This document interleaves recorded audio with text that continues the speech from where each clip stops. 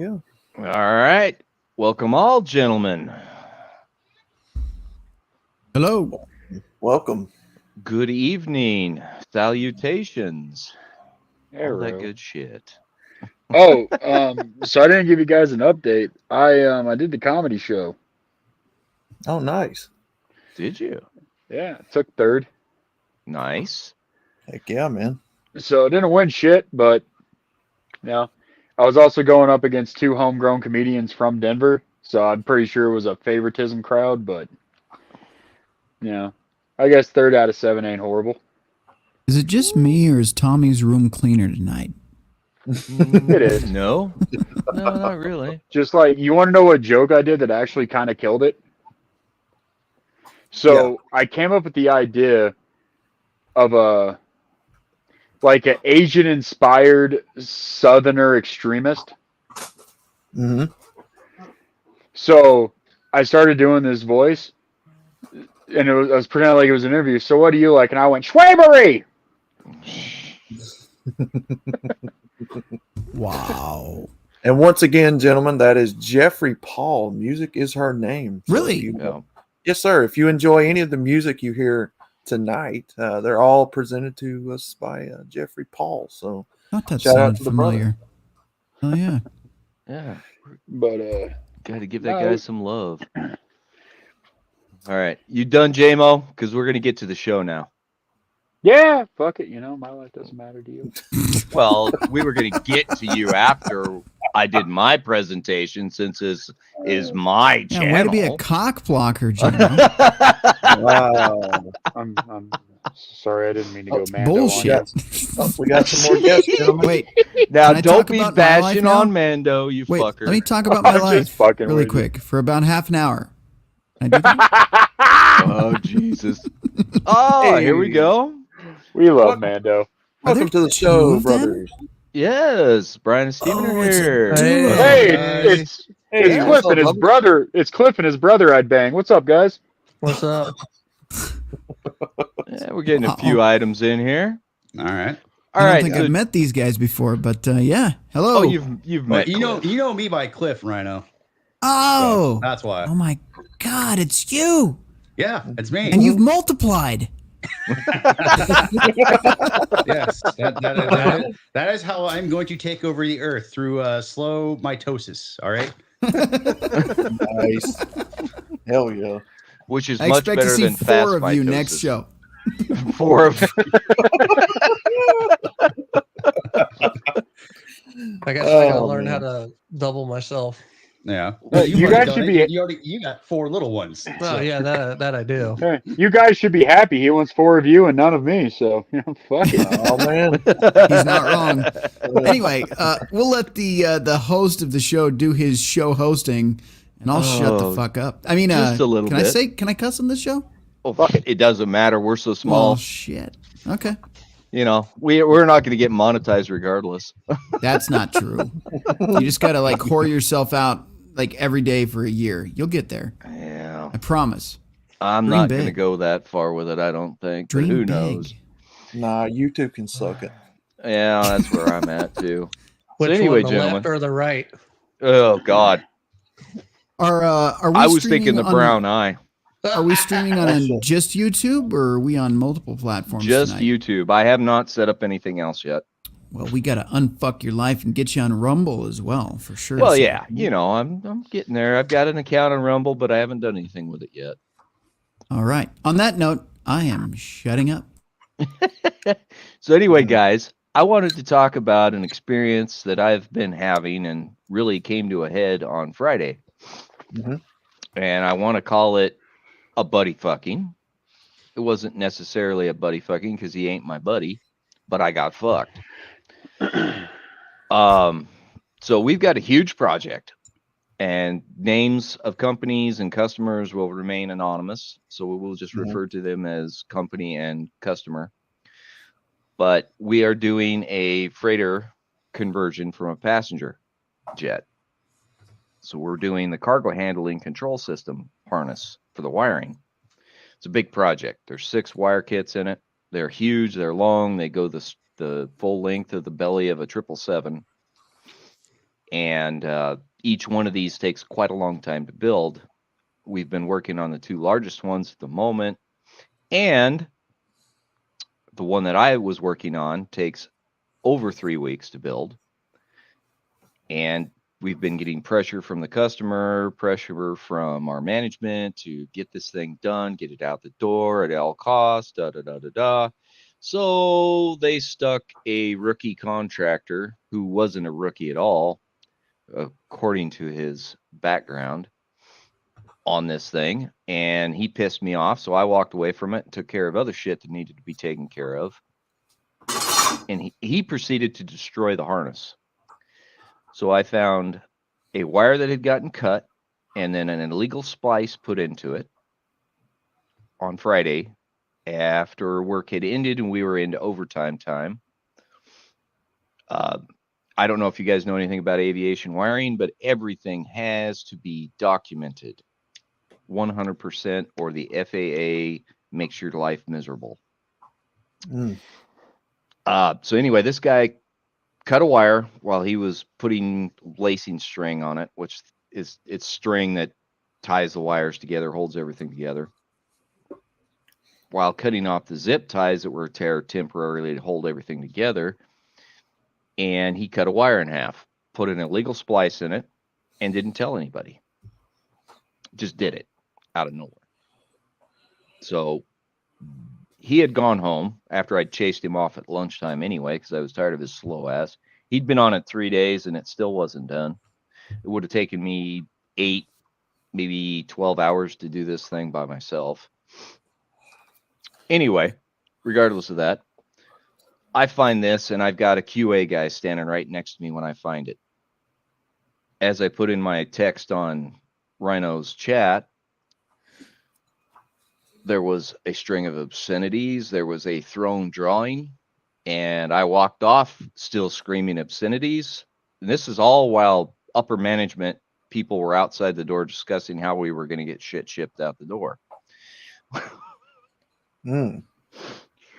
Took a couple of deep breaths after I got back to my desk in the shop, turned around and went back over to where the QA guy was standing. Him and I worked together. We worked together for a long time. We actually got out of the Navy on the same day in 2006.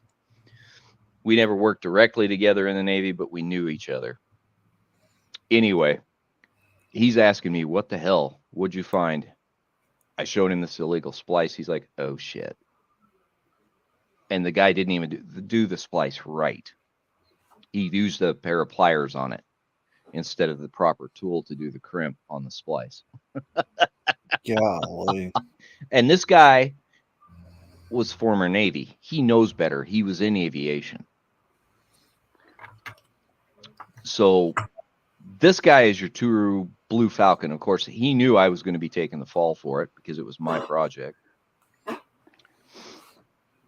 Anyway, everybody discussed. I made the comment that I don't want to ever see this guy in the building again. That was agreed upon. His contract agency was contacted, supposedly. His badge was deactivated, supposedly, to get into the building.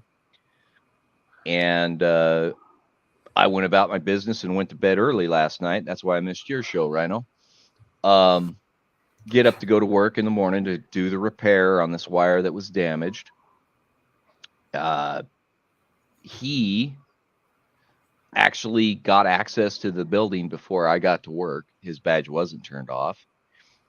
Luckily, the manager on duty had been informed of the situation and intercepted him and escorted him from the building and confiscated his badge. And I guess he lost his shit when this happened. Cussing up a storm and bitching and whining and complaining and da-da-da-da-da, and obviously admitting his guilt, that he knew what he had done was not what he was supposed to do. And then I got to work. I don't know exactly when he had gotten there. I was about 10 minutes after the shift started at 5 a.m. And I, of course, heard about all this. Well, to shorten the story up, I start the repair process, fishing out the wire, putting in the new one that was damaged, the new undamaged wire. and I find 5 more wires that were damaged Oh God. in this entire kit, this harness. Here's a little bit of an idea of how big a job this was. The one that I was replacing initially was 91 feet long. Oof. And I've got 5 more wires that are damaged that need to be replaced that I found during this process, and I don't know how many more I'm going to find when I start replacing those wires. One of the wires that I found today that was damaged incapacitates the entire harness on the data side, so it's a shielded wire that's got 2 conductors. Anyway, it's a data wire. This thing will require me to cut apart the entire harness, mostly, and replace these wires that are all spliced together, hopping throughout this damn thing. Anyway, he doesn't work for the company any longer. And the reason I had made sure that he would not be in the building when I got there was because I was going to damage him.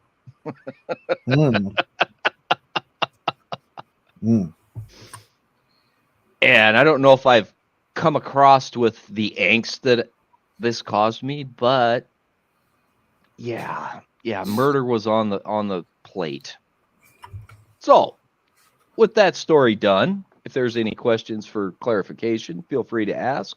Otherwise, let's open up the floor and tell me, gentlemen, what kind of craziness have you guys had to deal with in the job world? Oh my God. You know, along a similar vein.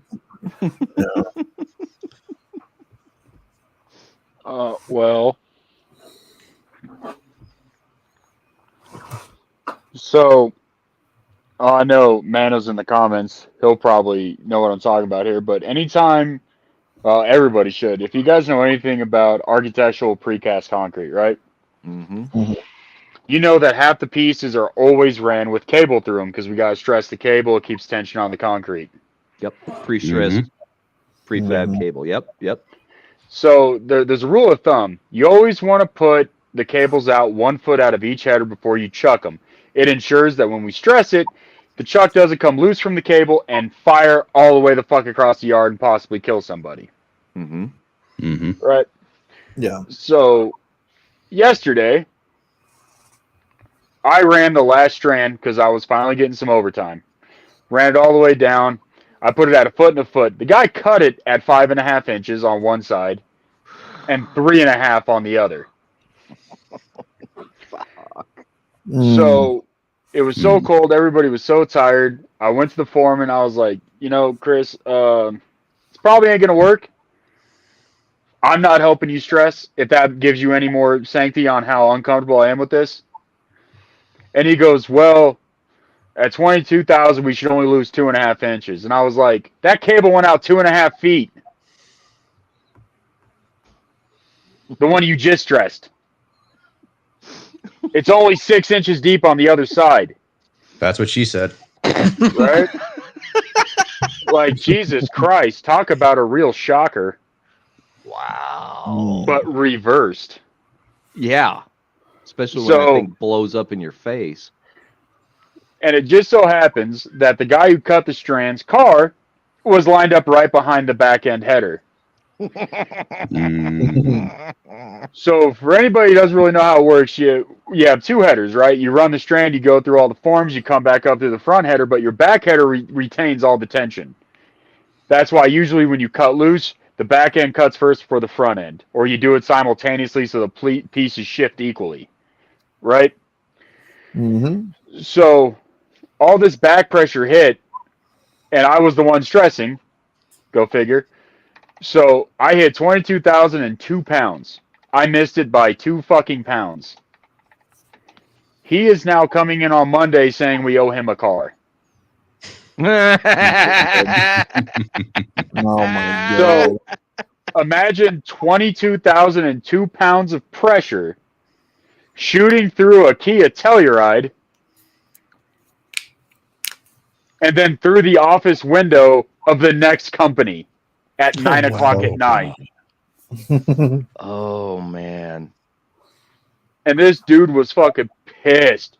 He was like, I thought you said you told him not to stress it. I was like, I don't make the final calls, dude. They say it's good. It's fucking good.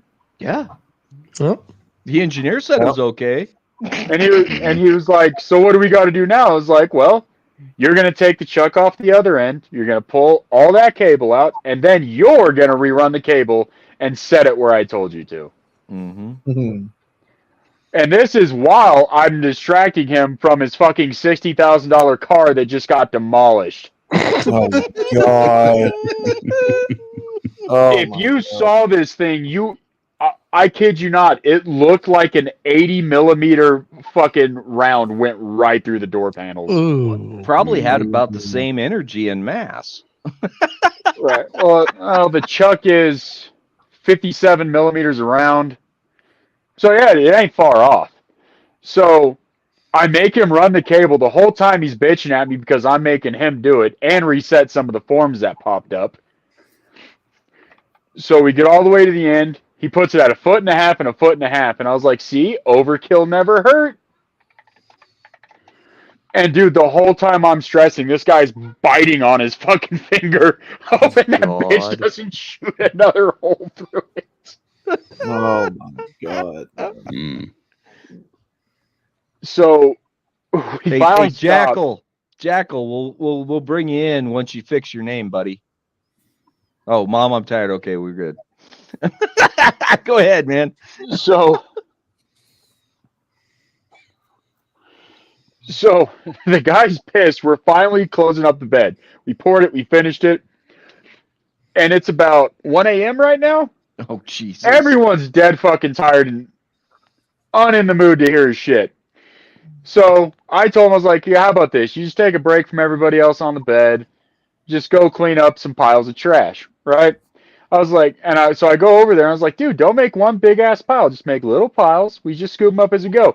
He gets in my face and goes, I'll do whatever the fuck I want. And I was like, listen, bro, I know you owe one of the foremen money because you live in a sober house, but I ain't him. I'll knock you the fuck out. Oh, we got Crusader Nate joining us. What's up, brother? Oh, good. So Just hopped in. So this guy fucking continues to talk shit and walk away. And just as I thought karma couldn't get any better, just as I thought firing a chuck through a guy's vehicle would be enough, one of the other cables breaks loose. Oh, man. Oh god. It didn't go through the concrete. We got saved there because we put so when you run more than 6 strand, you put a protection stop on 4 of them. That's just a rule. Mm-hmm. The chuck still popped off and went into his car. Oh, Damn. So he got hit twice. But the funniest part was everybody's reaction to this. So it went through, what do you call that little front fender part? It basically clonked off his fucking engine and then fucking just kind of settled in there. So he goes back up to foreman, goes, it fucking happened again. So the foreman goes, all right, uncover. And he's walking to bed. He goes, well, the line didn't come up through the concrete. All right, cover it back up. Let's go home. And dude, he's fucking irate. So we make it to the break room. We're doing our time slips. And he's flipping out on everybody. Yep. Right? Well, we have this guy on our bed. We call him Big Joe for a reason. He's a 6'7", 240-pound black guy, ex-inmate. Ooh. Right? So this dude starts getting froggy, and Joe goes, hey, man, you know what? Just come here right quick. Let me talk to you. Takes me to the bathroom, proceeds to beat the fuck out of him out of the camera view. oh God. And then just left him in there. And I'm sitting there, I was like, if he doesn't wake up, he can't punch out. How's he going to get more overtime than me? I worked for it. That's where you go in there and pee on them. No, we weren't going to take it that far. That guy had a bad day and a bad night. I hope his fucking key is all right, because I'm pretty sure insurance doesn't cover work accidents. Probably not. Oh man. Welcome, But Sean. I mean, Sean. But Sean? But I'm not kidding you. If you took, the only way I can describe it is if an 80 mic went through your car without exploding. That's what these holes look like. Oh yeah. Mm. So it shattered the passenger window on the way through by just hitting the door, and then shattered the driver's side. So I'm sure his 30-mile drive home in 15-degree weather was Mhm. probably also really shitty. Excellent. But what a day! The only other. Now that's pretty much all I got. There was another story, but somebody else's turn. That was a long ass story. I didn't mean for it to be that long. It was It's just all funny as good, fuck. man. Oh. That's exactly what we're looking for.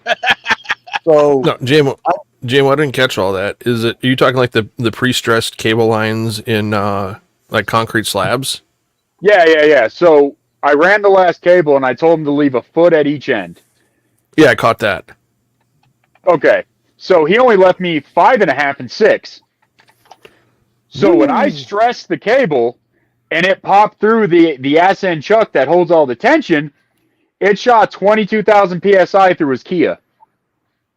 Well, when I was in EMS 20 some years ago, I got a med call on a job site where somebody did that, Mm-hmm. and it actually ruptured the probably, I'd say, 1.125" stranded cable, Mm-hmm. shattered and flew. I'm guessing it came right out of the slab that they had done Right. and ripped a dude and lacerated his entire kidney. Yep. Mhm. It caught him right where his right kidney would have been, and dude was probably 110 feet away. Like, this thing shot out like a bullet. Mhm. So whenever you go to a pre-stressed site, and Nate's already been on one, usually the beds are about 180 to 215 feet long. So when that cable busts off, whether it's in if it's in solid concrete, you're a bit safer. But if it's on form and wet concrete, that fucker will rip up through the form, and it forms an L, and then it shoots straight down the bed. If you're really unlucky, it'll shoot up and start whipping its way down the bed. And when you cut it, you got to think you're cutting through solid steel. Mhm. So all it's leaving is sharp little nano spikes behind. Mhm. That will Yeah. chew you up faster than I've seen a Wolverine chew up a squirrel. Yep. So I watched it go through a girl's leg one time. That was the other story. Mhm. But you guys want to talk about a bad bitch? She told me initially. I grabbed the torch, I heated up one end, and I watched that bitch rip it out and cauterize herself.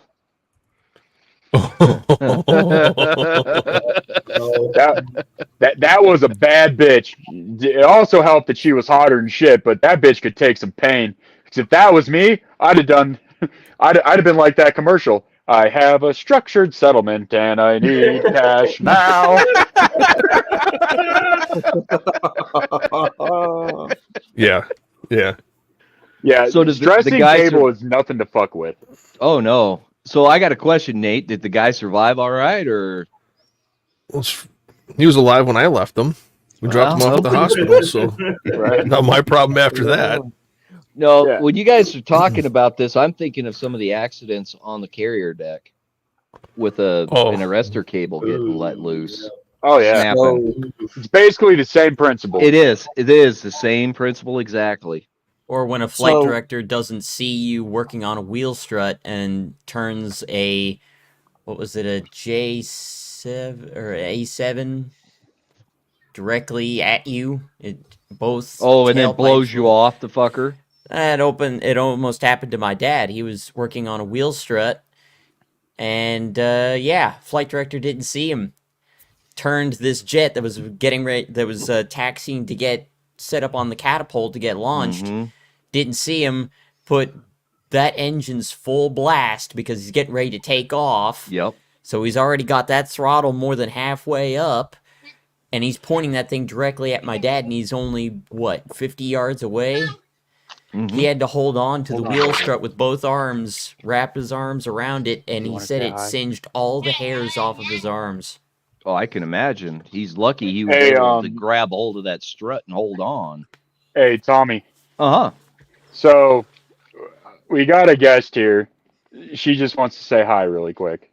Oh, our beautiful little girl daughter fan that you've got. All right. What are you gonna say, baby? Hi. Hi. Hi. Hi. Hi. You're done. Bye. Okay. So, for those of you who know me, I work in the cabinet industry, and Mm-hmm. we did a job for a guy that we've known for years. Man, he's helped us out. If you're in the cabinet industry or of that kind of industry, you've got guys that you help out. They help you out, like the plumbers or the electricians or the people that construct that work. Anyway, Yep. so he was getting ready to retire, and he built his, I guess, forever home or whatever with his wife. So he had us do a huge job, like the one last big, huge job, for the rest of his life. Anyway, his wife picked out the colors for the cabinets, and we're talking about this job was easily probably up in the 40s, 50, $60,000 job, easy, something like that. Mhm. She picked out the colors, and it took us weeks to build the cabinets. My dad was in the hospital at the time, with surgery and whatnot. So it was me and my brother building the cabinets. So anyway, we got the cabinets finished. We go to take them, put them in the house. The house is still halfway under construction while we're putting these in. They come home, see them, like, no, you got the colors wrong. Take them back. So we had to go back, take the entire job back, respray them. The color wasn't right again. So she's like, this wasn't what I picked out. So, but you got this part right, but you didn't get this part right. So I had to take those cabinets back, spray them again. And she kept flip-flopping, changing her mind back and forth. Oh, well, it doesn't look like the rest of them. Oh, well, this looks like a darker shade. Oh, are you sure you were cognitive when you sprayed these a week ago? So, needless to say, it took us a total of 6 or 7 trips on this job. Them cabinets changed colors at least 6 times, 2 or 3 times. I'm exaggerating, probably about 3 or 4 times. Still. Each of those cabinets had a layer of primer, paint, primer, paint, primer, paint, primer, paint, primer, paint, primer, paint. They were a quarter-inch larger than they should have been. Yes. The cabinet was literally one of the furniture pieces that Pops put together. I bet you I sprayed that cabinet at least 8 or 9 different times, and that cabinet, the paint on it was so thick because she kept changing her mind. And then when you put it back in there, say, "Oh, this doesn't match what you sprayed," or "No, I didn't say that," or this. So anyway, it was the woman of the relationship getting anal about all this. That's why you don't let her do any of the deciding, even if it is her house. You'd say, So look, woman, you don't get to make that decision because you're either too picky and you will never be satisfied, or you're just too mentally defective. No, So, it's easy. It's easier than that. It's called a contract. Yes, this was my first major job that I had ever done without Pops around because he was in the hospital, remember? So it took me and my brother a few weeks to get the job put together, but me and my brother wound up getting into it on this job. It was just, I told Pops, I was like, don't ever send me over to this guy's house ever again. Like, needless to say, we quit dealing with him. He retired out of the business. He was a home improvement guy himself, so we never used him again. But wow, yeah, it's sometimes you get those customers that are really pleasant to work with, and sometimes you just get people who are, I don't know, man. I know exactly what you mean. I'll tell you right now, not to sound like an ethnist, because racism can't happen between two people of the exact same race. It's middle-aged to older black women. They could be some straight-up pieces of shit to have to deal with in the workplace, especially when they're the customer. because they get so fucking picky. I had one lady come in and she basically wanted to redo her whole fucking house. And let's just say that she was probably one of those people that they like to imagine it. But beyond that, that's where the buck stops. When it comes down to the expertise of what's going to be needed And paying for it. they don't know anything. Oh, Nope. my God. That's it. They're no better than just whipping out a wallet and saying, I want this house to look like this. Yeah. They don't know how long it takes. They don't know what kind of paint you're going to need, because she was really going to do the whole thing. I actually asked her, are you a house flipper? Are you a realtor? Do you do house flipping for a living? She said, no, this is my house. I bought this for me. I thought, oh, hell no. So she's planning on leaving not a single wall in that entire building untouched. Oh, man. She Good luck wanted to with she wanted to repaint every closet, even though that most closets are left simplistic because it's a fucking closet. Who's going to look at the closet? No one cares. Make No. it white so you could see you in it. That's it. Yeah, That's about that's about it. So, Yeah. but no, she wanted to redo everything. In fact, I think she wanted to paint a few walls the same color as the shiny metallic silver as like a refrigerator skin. Oh, like the stainless steel? Yeah, like a stainless steel, which we do have. It's just that she wanted to throw this up on the wall, and I thought, this is not Cyberpunk 2077. You do not have metal walls. I'm sorry, that style is just not in.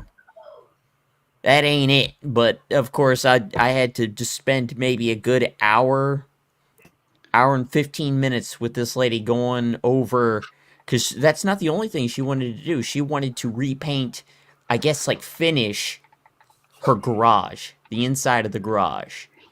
And she wanted to resurface the floors in there as well. And again, no idea what the hell she's doing. She's got the money, but she has no knowledge of what's going to be needed to get this job done. So she's asking me all the questions, and I wasn't trained to work in that part of the store. Not really. I was more like a conscript. They said, hey, we need you to cover this department. Even though that you already have to cover one department by yourself because we only scheduled 2 people for the whole fucking day. So I'm wondering, okay. So now you're a consultant. I got Yeah. Jackal, I got to ask, in your entire interaction with this woman, did you ever have the opportunity to ask her if she wants her carpet to match her drapes? No, because I already knew the answer to that.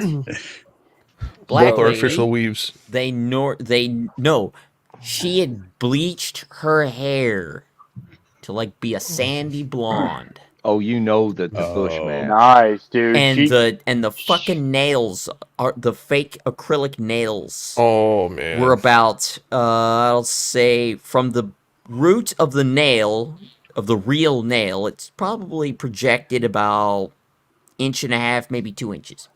So she could not poke her phone. You heard a constant click clack. Yes, because she had to tap with the pad of her finger because her nails were too damn long. Oh yeah. And they had jewels on them. Of course they did. on. God. I'm Yes. dazzled, these motherfuckers. And I guess she wanted to go with a theme. She wanted to decorate the back of her phone case to look like a coral reef from Nemo, except for with a lot of jewels. Oh, God. Of course she did. I could have seen an entire ecosystem of gems on the back of that phone. So you said she has money, but I guarantee it's not hers. And I guarantee you it's not. I didn't see a ring on that finger, that lockdown finger, but I guarantee you some poor son of a bitch definitely is paying into that. it might be all of us. Jackal. Yeah. Oh, I got one for Jackal. So I caused a Colorado Springs drug bust on our job site before. Nice. Oh. Okay. That's awesome. So when you go to supply, and you either need to replace something or you always have to buy new because my company's always trying to find a way to take your fucking money, right? Sure. So I go in there, and I had to fill out. I needed like 40 different tools, right, and some spray paint. So what I wrote on every single ticket was meth lab on Styro 4.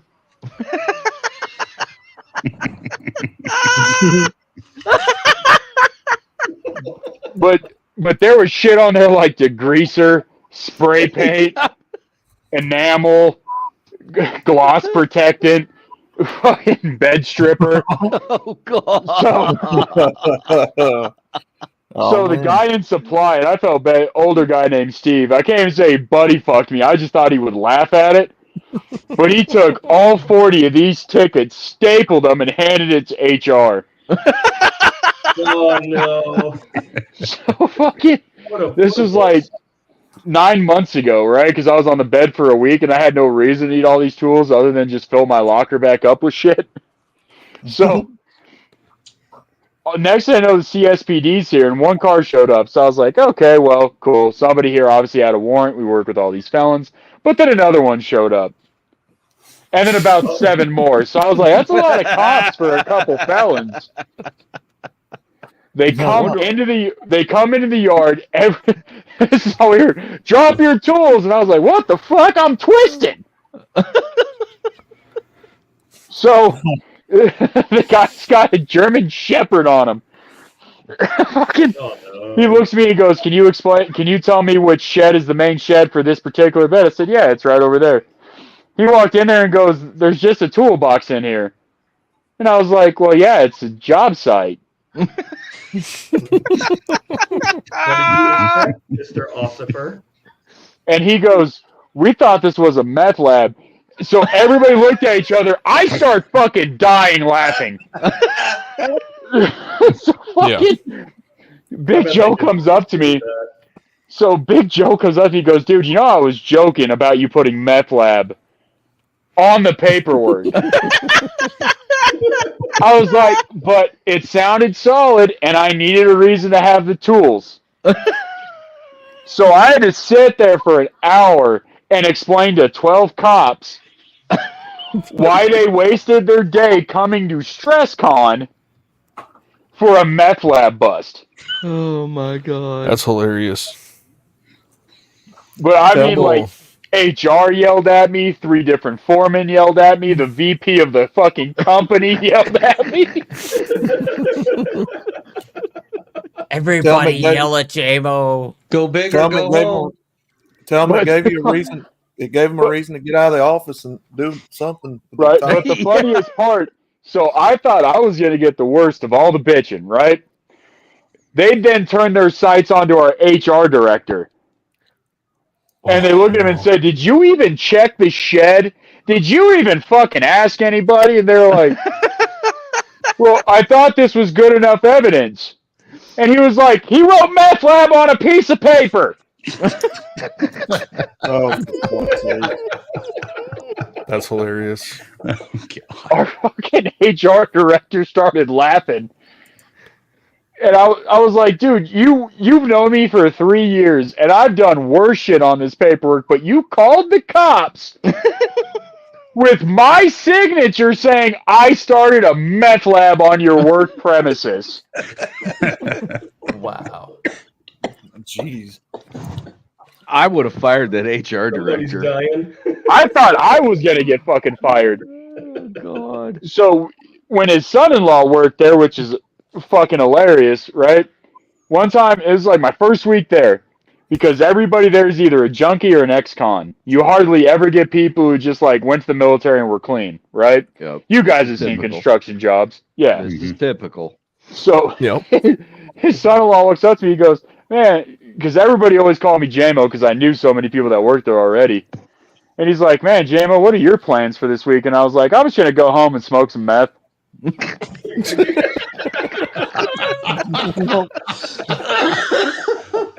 And he's like, "What?" I was like, "Yeah, dude, I'm trying to get back into a size 34 by the end of the week." That'll do it. So come That Monday will morning, we started at 6:30. At exactly 6:33, I was pulled into HR. I was given a mouth swab. I was taken to the hospital to give a urine sample. And then, so all that shit ended. We go back to work. Yeah. So he was, and I know this guy since high school, and he buddy fucks me. So we get back to work, and I'm just saying more shit because I know it'll piss him off. Right? So he had a buddy who was a cop, right? He was actually one of the CSPD officers who showed up. So I was getting ready to go to Kansas, right? His buddy pulls me over because he was a Colorado sheriff, so they can go wherever the fuck they want. He was basically state patrol, I think is their name. Yeah, anyway. Yeah. So they catch me right at the Colorado border, right? And he's there with a Kansas state trooper. I'm not even over the fucking line yet. But apparently Charlie called him. No. So you go past Burlington, and Colorado is that one little gas station that sits right on the border. 30 seconds after the Colorado sign, you're in Kansas. Okay, yeah. So he calls his buddy to fucking play a prank on me, right? Well, little did he know I was gonna be a smartass. So this is right when, yeah, never fucking heard of. So weed had just became officially legal. Rhino will remember this. So this Kansas state trooper walks up and looks at me and goes, we've had a lot of problems with, Colorado people coming in here. They'll dump off weed, get money, and come back. Right? So I was like, well, that's fucking profiling. And profiling is wrong. Oh, So I give him my license and registration. I get out of my car while he has his dog go through it. Right? So they get done searching my car and he goes, all right, well, I guess you're clean. I was like, that's because he was searching for weed. Try meth. Oh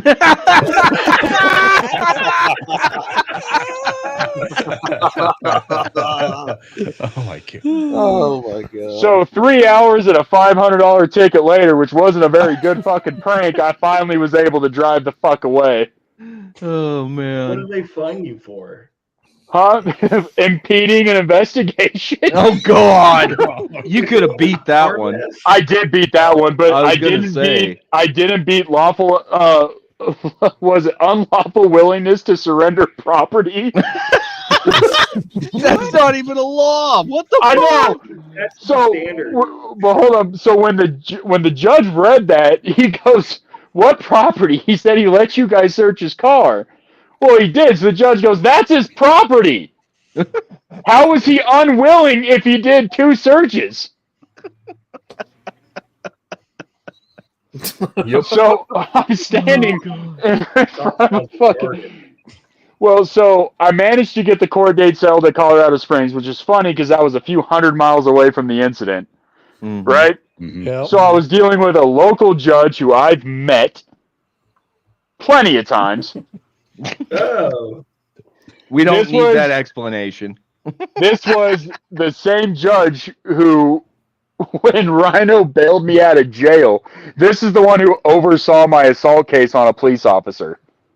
Ooh. Hold on. Long story short, he was off duty, got drunk, kept fucking with me. I beat the fuck out of him. Okay. Okay. Okay. All right. All right. Legit. But even then, 80 witnesses saw him pull a weapon on me first. Right. So, Mm. so this judge is going through the charges, and at the end of it, of course, because it's me, he goes, "Will there be any final statements?" I was like, "Yeah, they never found the crack pipe."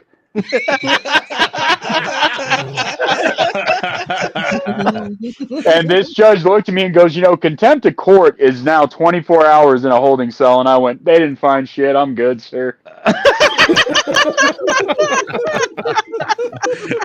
I'll remember to take my hat off next time before I enter. Yeah. Yeah.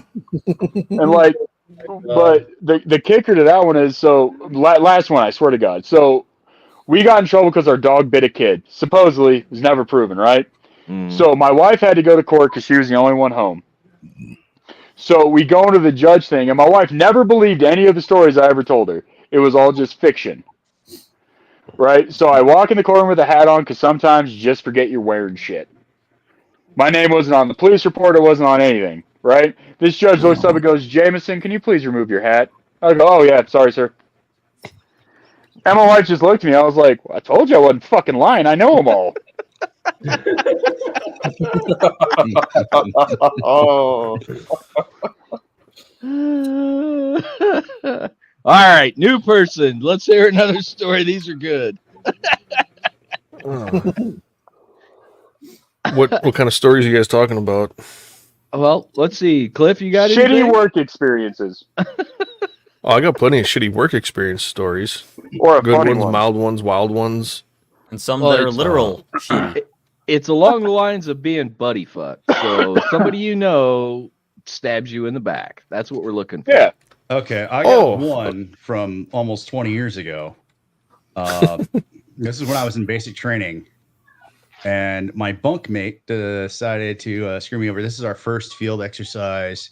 You're out for like 3 days. You have to have the entire company's out doing 360-degree perimeter. You have to do the foxholes. Every other foxhole is basically awake for half the night for no reason.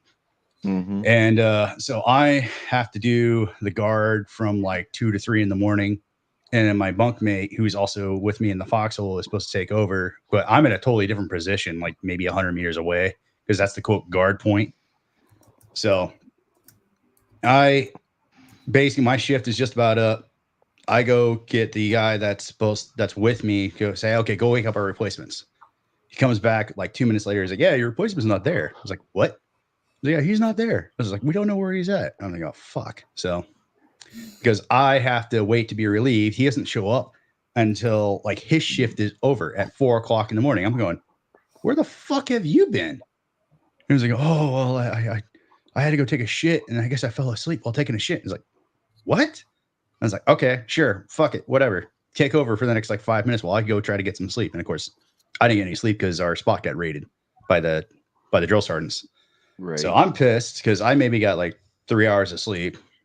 Our first field exercise, this is also at Fort Leonard Wood, like right at the end of summer, going right into fall. So the weather is always shit out there. Yep. Yeah.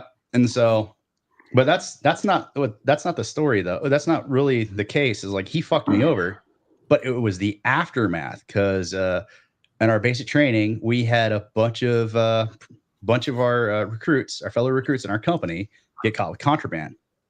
Ooh. And we had a raiding party happen from the drill sergeants. We all had to wait in our war rooms, and the drill sergeants went through every single wall locker there, every single one in the entire company of 250 privates. Come to find out, when they were raiding the females section, because we were half and half in the basic training, one of the females. One of the females actually was in the midst of writing a letter, and the drill sergeant saw it, picked it up, and read it. I found out the why he fucked me because he was getting a hand job from her. And she confessed to everything, writing in a letter to her sister. Oh. I'm like, why the fuck would you write that? And I basically just look at him. I just fucking bitch slapped him. I go, you fucked me over for a hand job? What the hell? So at least she could have done was be giving him head. Well, or swallowed or something. Right. That's just not even a good whore. I know. Well, I think she broke the hoe code. Who settles for a handy when you got a foxhole? Exactly. Well, by the end of basic training, too many people jumped in hers. Ooh, I probably would have been one of them. Oh, fuck! You should have done it too. It would have been the first time you ever got sloppy first. You missed out. Yeah, but I wanted to be one. I wanted to be one of the few guys in basic training that didn't always have to scratch his crotch in formation. So, damn. Yeah, there is that. Yeah, exactly. Ew. Oh God. No. Ew. Well, the funny part is he's still in the military and he's on the verge of becoming a sergeant major. So. Oh dear God. I love it when that happens too. Oh yeah, I'm just waiting for him to get all the way up in the ranks. I'm gonna call him up one day. Hey, remember when you got a handy? You screwed me over. By the way, Yeah. I talked to Stars and Stripes. So, The all funny right. part is, I met up with him almost 8 years later when we were both at Fort Carson, because he was there as an instructor for like a TDY. I was there as one of the students for the class he was doing. Like we caught up, and I told him, I told him, I was like, I got some dirt on you, so don't you dare try to fuck me over. See, I only officially Blue Falcon / buddy fucked one dude in the military on purpose. I only did it once because he fucked me. So he snitched me out for the drugs, right? Fine. God damn What it, he- J-Mo. Hold on. You hold and on. the drugs. Hold on. What he failed to fucking say is half of it was his. Of course. Right. So when he and his well, they're still married. So I kind of videotape me and his wife doing it, right? Kinda. You do or you don't. Yeah. Well, according to the state of California, I was unaware of the camera. So Mhm. I had a T-shirt monogrammed of me banging his wife. Oh, God. And wore it on top of my fatigues while he was giving his witness statement Oh. in front of JAG officers. Oh my God. This guy was so fucking red, I thought he was literally just going to explode from internal combustion. He probably was going to. I couldn't believe he stayed married to her. But Yeah. then again, I also couldn't believe he just wouldn't just split the share 50-50, but it was what it was. Right. Yeah. Dick. Well, I've had a couple of fun encounters like that with people. I was working with a defense contractor. We were working, babysitting some people, and this one dude, I was just taking control over a new team, is one of my first team lead positions, and sign out all the vehicles, who's driving, what person's doing what and what roles for the team, put everything together. And one of the guys, he was notorious for just screwing people over. Comes up to me and he's like, hey, he's like, we swap vehicles. He's like, the one I'm bringing back, he's like, we just filled up the fuel tank. And he's like, I want to have that one fresh for when I come back next shift. I'm like, yeah, not a problem. Well, I didn't bother looking over it for damage or anything like that. And it had a huge scratch from the tail light all the way to the front fender on the Yukon. And so I just signed it over to me, and I took it, and I told the guys to take it. And one of the guys comes back, and he's like, hey, dude, he's like, was this even reported? And I'm like, no. So we had to figure out, like, I wound up getting screwed on that one. But what I did to him really royally returned the favor, so to speak. I put a little bit of cornstarch in some oregano in little small bag, like little like dollar store, little like cigarette store bags that people find, like the little Dime baggies. Yeah, I couldn't think of the term for them, but I put 10 of the little dime bags. I tucked them into the zipper pouch in the front of his vest. And what I did after that is a girl I know worked at a candy company. I had her make me a 1 pound bag of just loose candy, rock candy. Clear, loose rock candy. So it just looked. Oh God! So what I did. Look, it's better. A 4-quart size Ziploc freezer bags, and I put brown sugar in all of them, or not brown sugar, but powdered sugar in all of them. So he was acting kind of weird, something was going. Like I was waiting for the day when he just wasn't himself.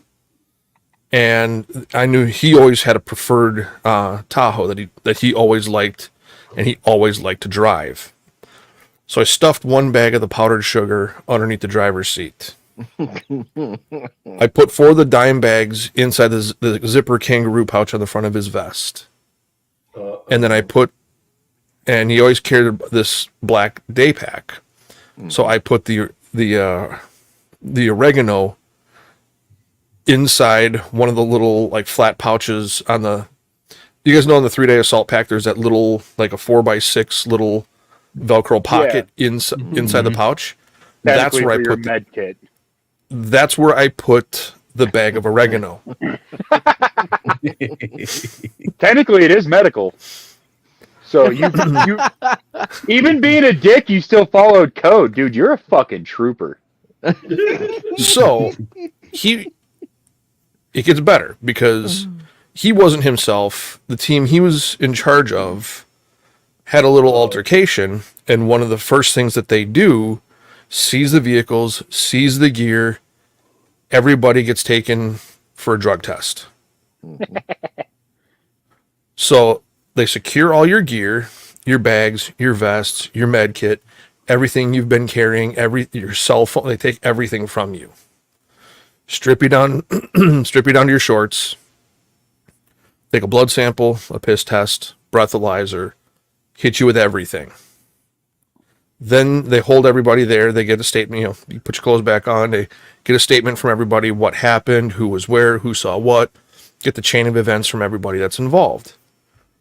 While they do that, they search the vehicle, the team vehicle. They search everybody's locker. His locker had a bag of powdered sugar in it.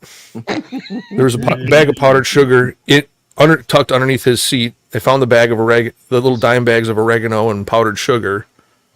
So he instantaneously got grabbed and yanked and handed over to U.S. Marshals. Oh, shit. While they tested everything.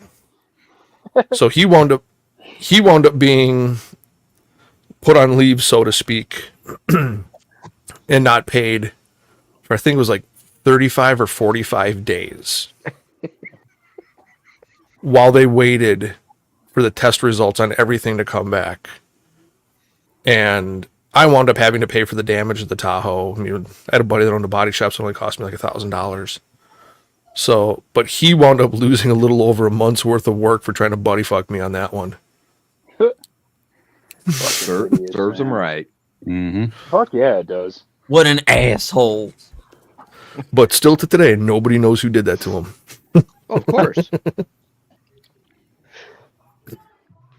But I know if he ever found out that it was me,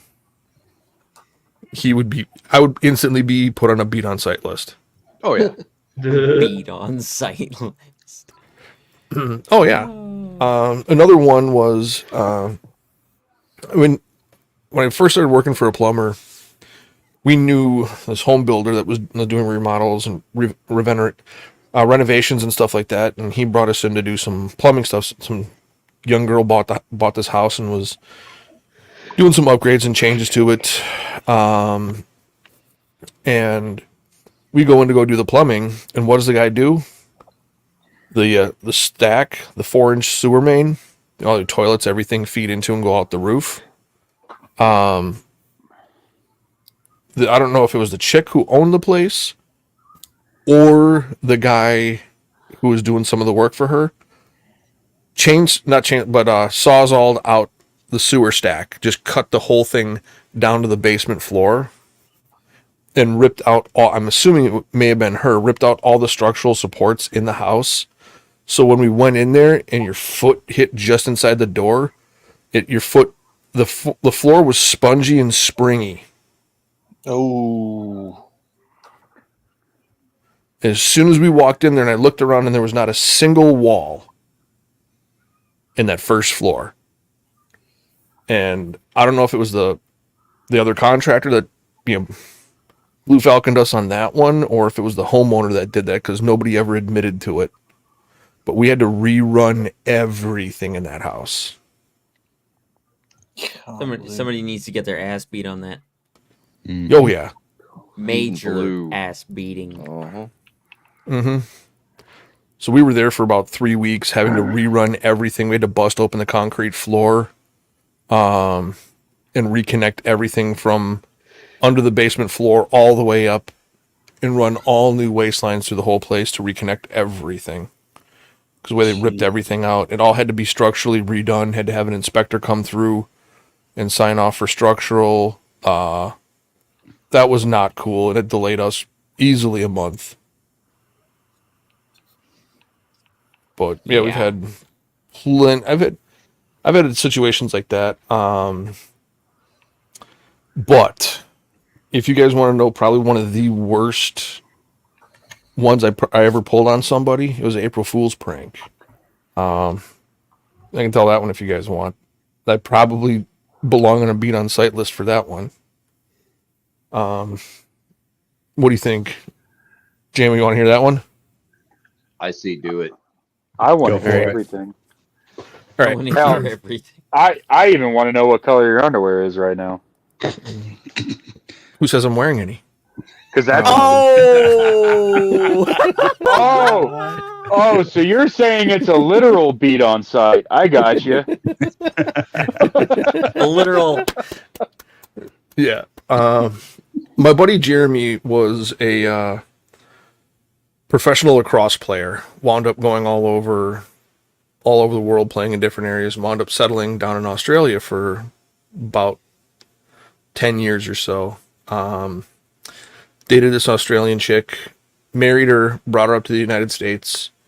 They were together for a while, got in a fight, kind of grew apart, did their, the usual couple thing happens. She went back to Australia. And this was probably 5 to 10 years before I knew him. And he'd always tell a story how that was, the one chick that got away from him. And another friend of mine, Arthur, was born and raised in Australia. And his grandkid would have been about 18, 19 years old at the time. So what I did is I asked my buddy Arthur, I said, when your grandson comes up, is he willing to help me pull an April Fool's joke at my buddy Jeremy? And he was like, yeah, the kid's got a sick, twisted sense of humor. He's like, why not? So, and I told him, I said, well, the idea is I want him to call my buddy Jeremy. Here's his number. Say, my mom is so-and-so, died from cancer. I'm not 18 yet. She just told me a couple months ago that you're my dad. I have no family left, and I've spent the last penny I had to come to the United States to find you. So April Fool's came. He got the phone call. He was freaking out. He didn't talk to this chick for close to 15, 20 years or so. And she just up and left. And he's freaking out because he got this, voicemail message from this kid that said that, hey, my mom died. I know you were with, you were married to my mom, blah, blah, blah, blah, blah. Things ended badly. She died suddenly. I just found out that you're my dad. So he's never had a kid at all. And so he is absolutely throwing a fit. And like, he wasn't himself at all. Like, he's like, oh my God, oh my God, oh my God, oh my God, oh my God. Like, freaking out. I didn't tell him for like a week. Oh, you're a dick. And I introduced Jeremy to the kid that made the phone call. I'm like, dude, you remember this voice? He goes, yeah. I said, April Fool's, fucker.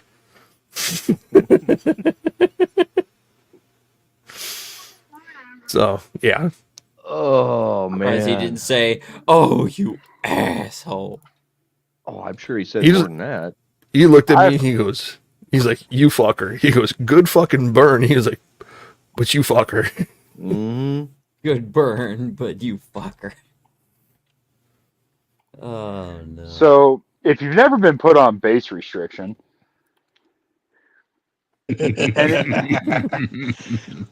nobody else but me, huh? Damn it. So, Nope. I got put on base restriction for a prank. Well, it was for a series of pranks. because I fucked this private's world up, right? So he joins the Marines, doesn't want to deploy. He's definitely scared of it. But I gave him respect because he was an old school guy who still read the newspaper. Like, fuck smartphones, I'm going to do it my way kind of kid. Mm-hmm. Okay. Well, I found a place in California that you can print your own custom newspapers. Oh, jeez. Oh God. So, as I kept doing this, I kept making the stories more and more outrageous. So, I put down that there was an airborne gonorrhea outbreak in San Diego, California.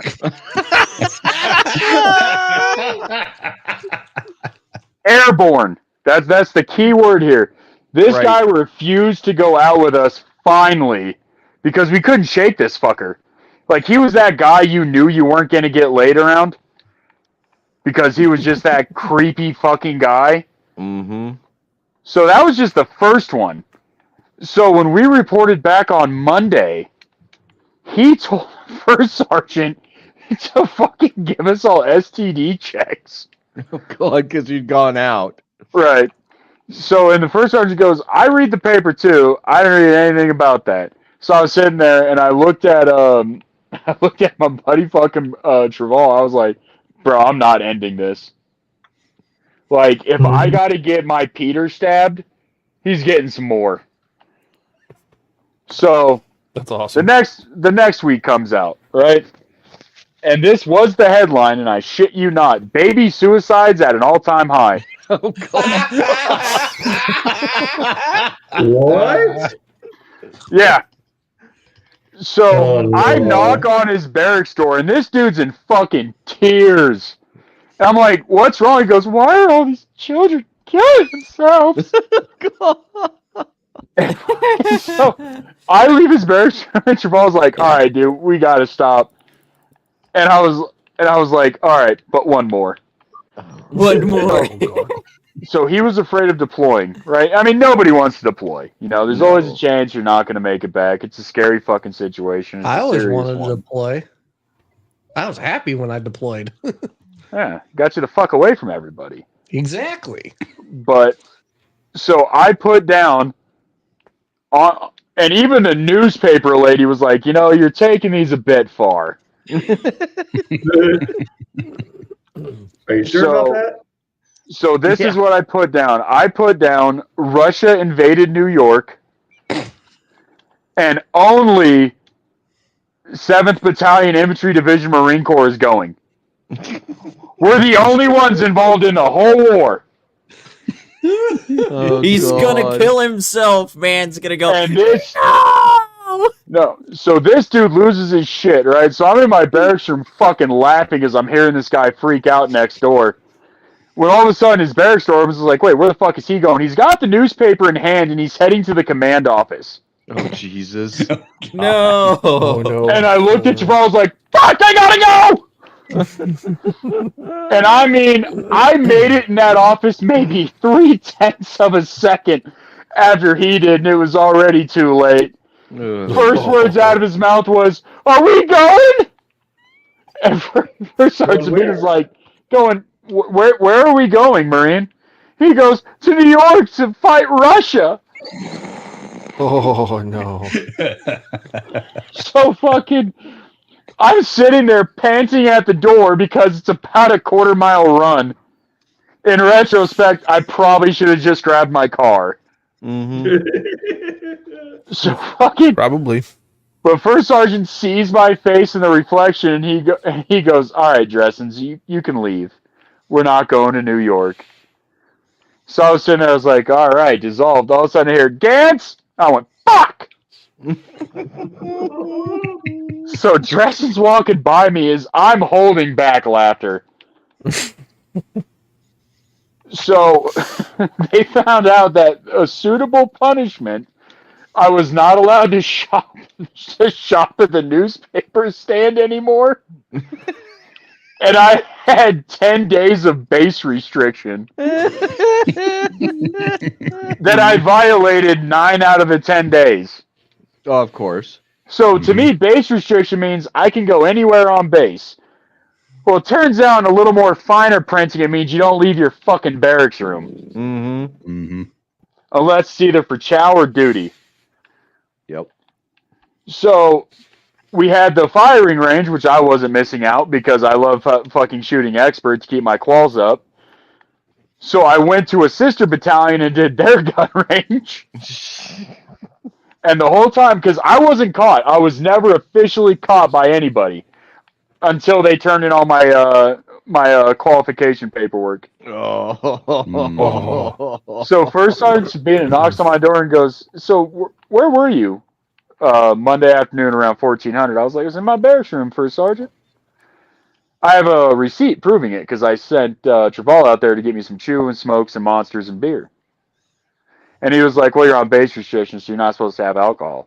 I was like, "I didn't read that in the contract, sir." So he confiscates my alcohol, and then he goes, "All right, well, by the way, good job on the rifle range." I went, "What?" I was like, "Sir, what rifle range?" And he goes, "So you're telling me somebody else has your last four of your social too, huh?" Oh, Bro. And he goes, "You even went as far as to draw your own weapon." And the fucked up part is, that's how he caught me. Because I turned around and goes, "Well, I'm not using somebody else's fucking gun." And I was like, "Oh, that was a test." Oh. So needless to say, 10 days turned into 30. Right. Mm-hmm. And then I got in trouble for well, Crusader Nate's done this. St. George has most likely done this. Anybody who's been in the Army or the Marines has done this, right? When somebody gets watch on a weekend, okay, you know they don't want to do it, Mm-hmm. right? Of course. So I always use that opportunity to make quite a bit of extra cash. Oh yeah, stand there, watch Mhm. for him. Yeah. Yeah. So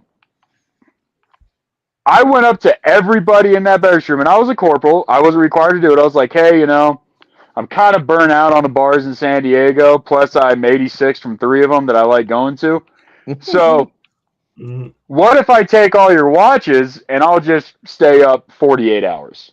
Like, that'll work, right?" And they're like, "Oh, man, you do it for us?" I was like, "Oh, fuck yeah, dude. $1,000 a watch." Jesus. Dude, these guys couldn't hit the fucking ATM quick enough. Wow. And that was a premium because I really wanted to go for the weekend. Like, I really did. But, when your favorite bar 86 is you, there's just nothing you can really do about that.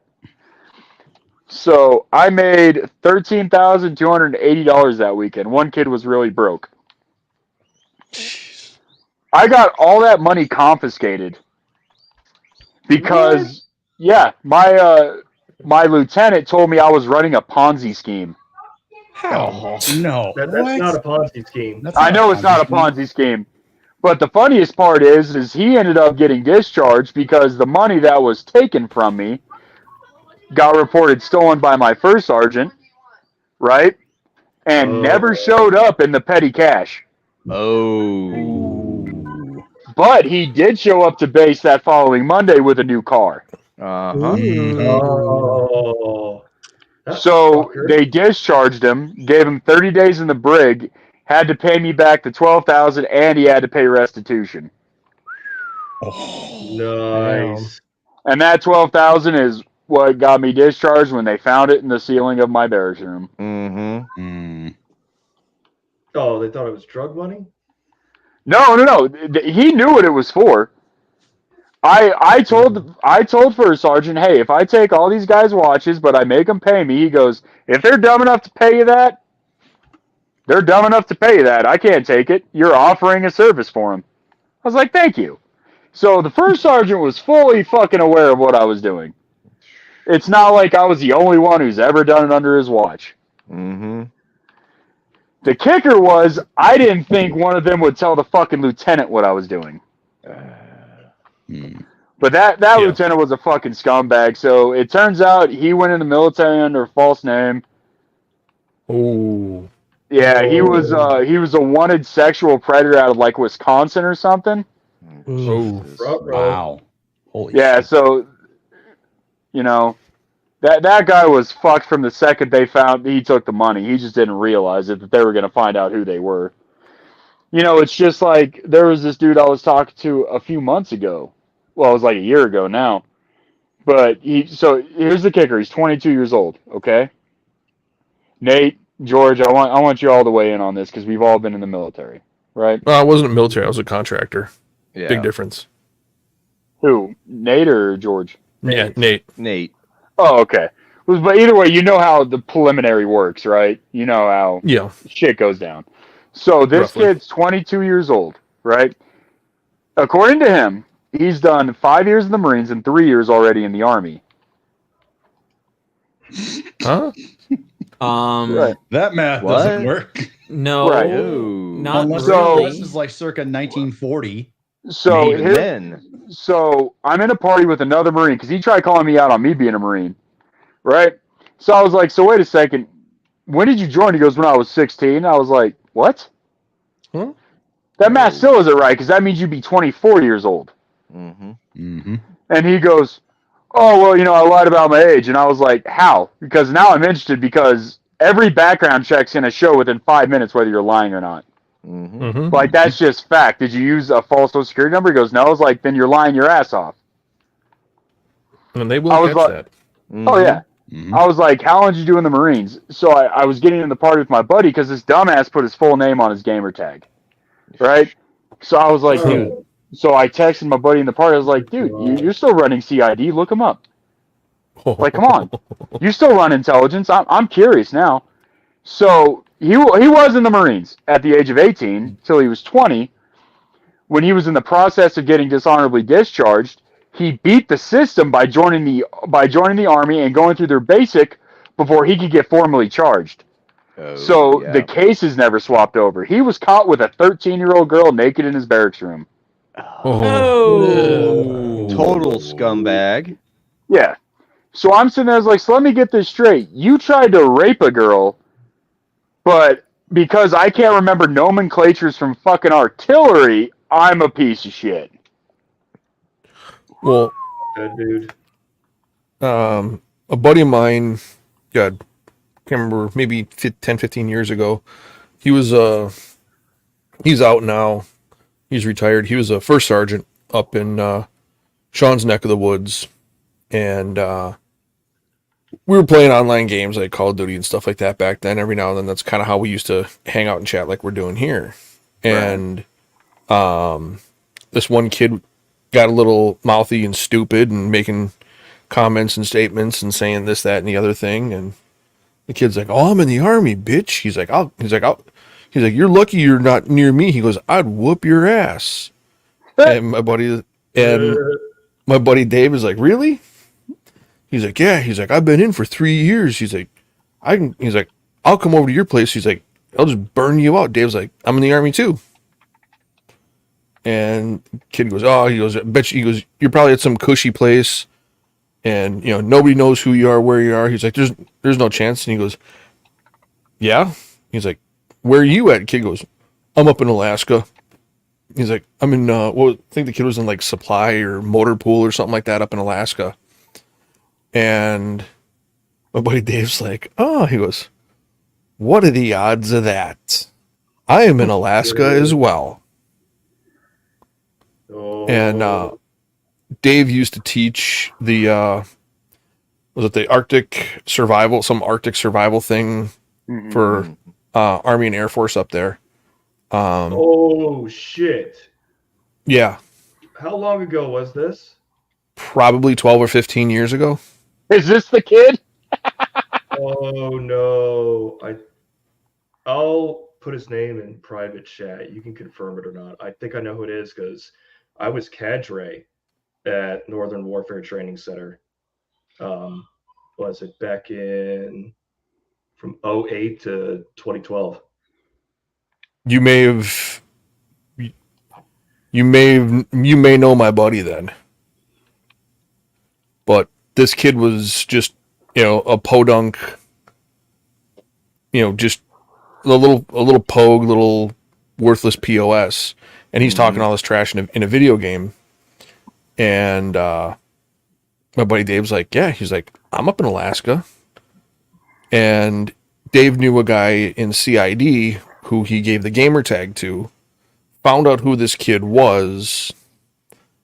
Dave knew, was close personal friends with the sergeant major in charge of Elmendorf Richardson. Found out who this kid was, had a recording of this kid saying these things. And so he wound up having the sergeant major of Elmendorf Richardson, as well as my buddy, who was the first sergeant at the time, go and greet the dude in his barracks. How you doing, Private? Let's have a chat. Right. Oh, he's a specialist. Oh, he's a specialist. That's even better. Specialist. No, is- I'm- if he knows what's coming, you still call him Fred. Specialist. Oh, yeah. Specialist is still the dumbest rank I think there is in the military. Just make him a fucking corporal. He's a stupid specialist then, because specialists we're specialists for a reason. We know how to sham. Right. Yeah. We know Right. how to stay out So of this kid trouble. puts the special in specialist. Yeah, he's a special ed specialist. Yeah, what is it? Automatic promotion because of time and service.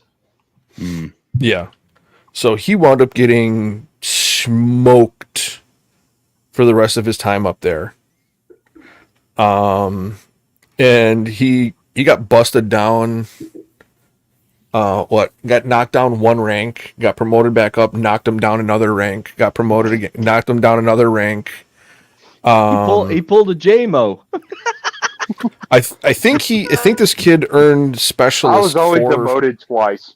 I think he earned specialist like 4 or 5 times. Holy shit. You know what's the shittiest thing to ever get in the Army is to go from an E4 to an E4.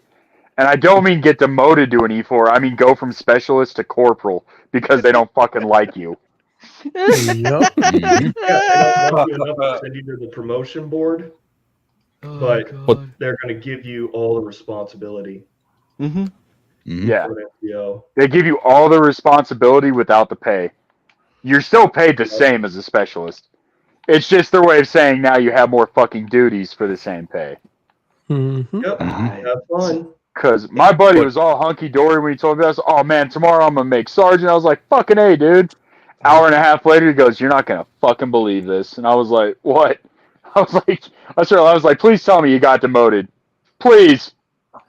Tell me they found something on you. And he was like, no, I went from a specialist to a corporal. And I went, that's the same fucking rank. Yup. And this is a guy who's got a Bronze Star for fucking bravery. Wow. Whoa, he's got a V device? Yeah.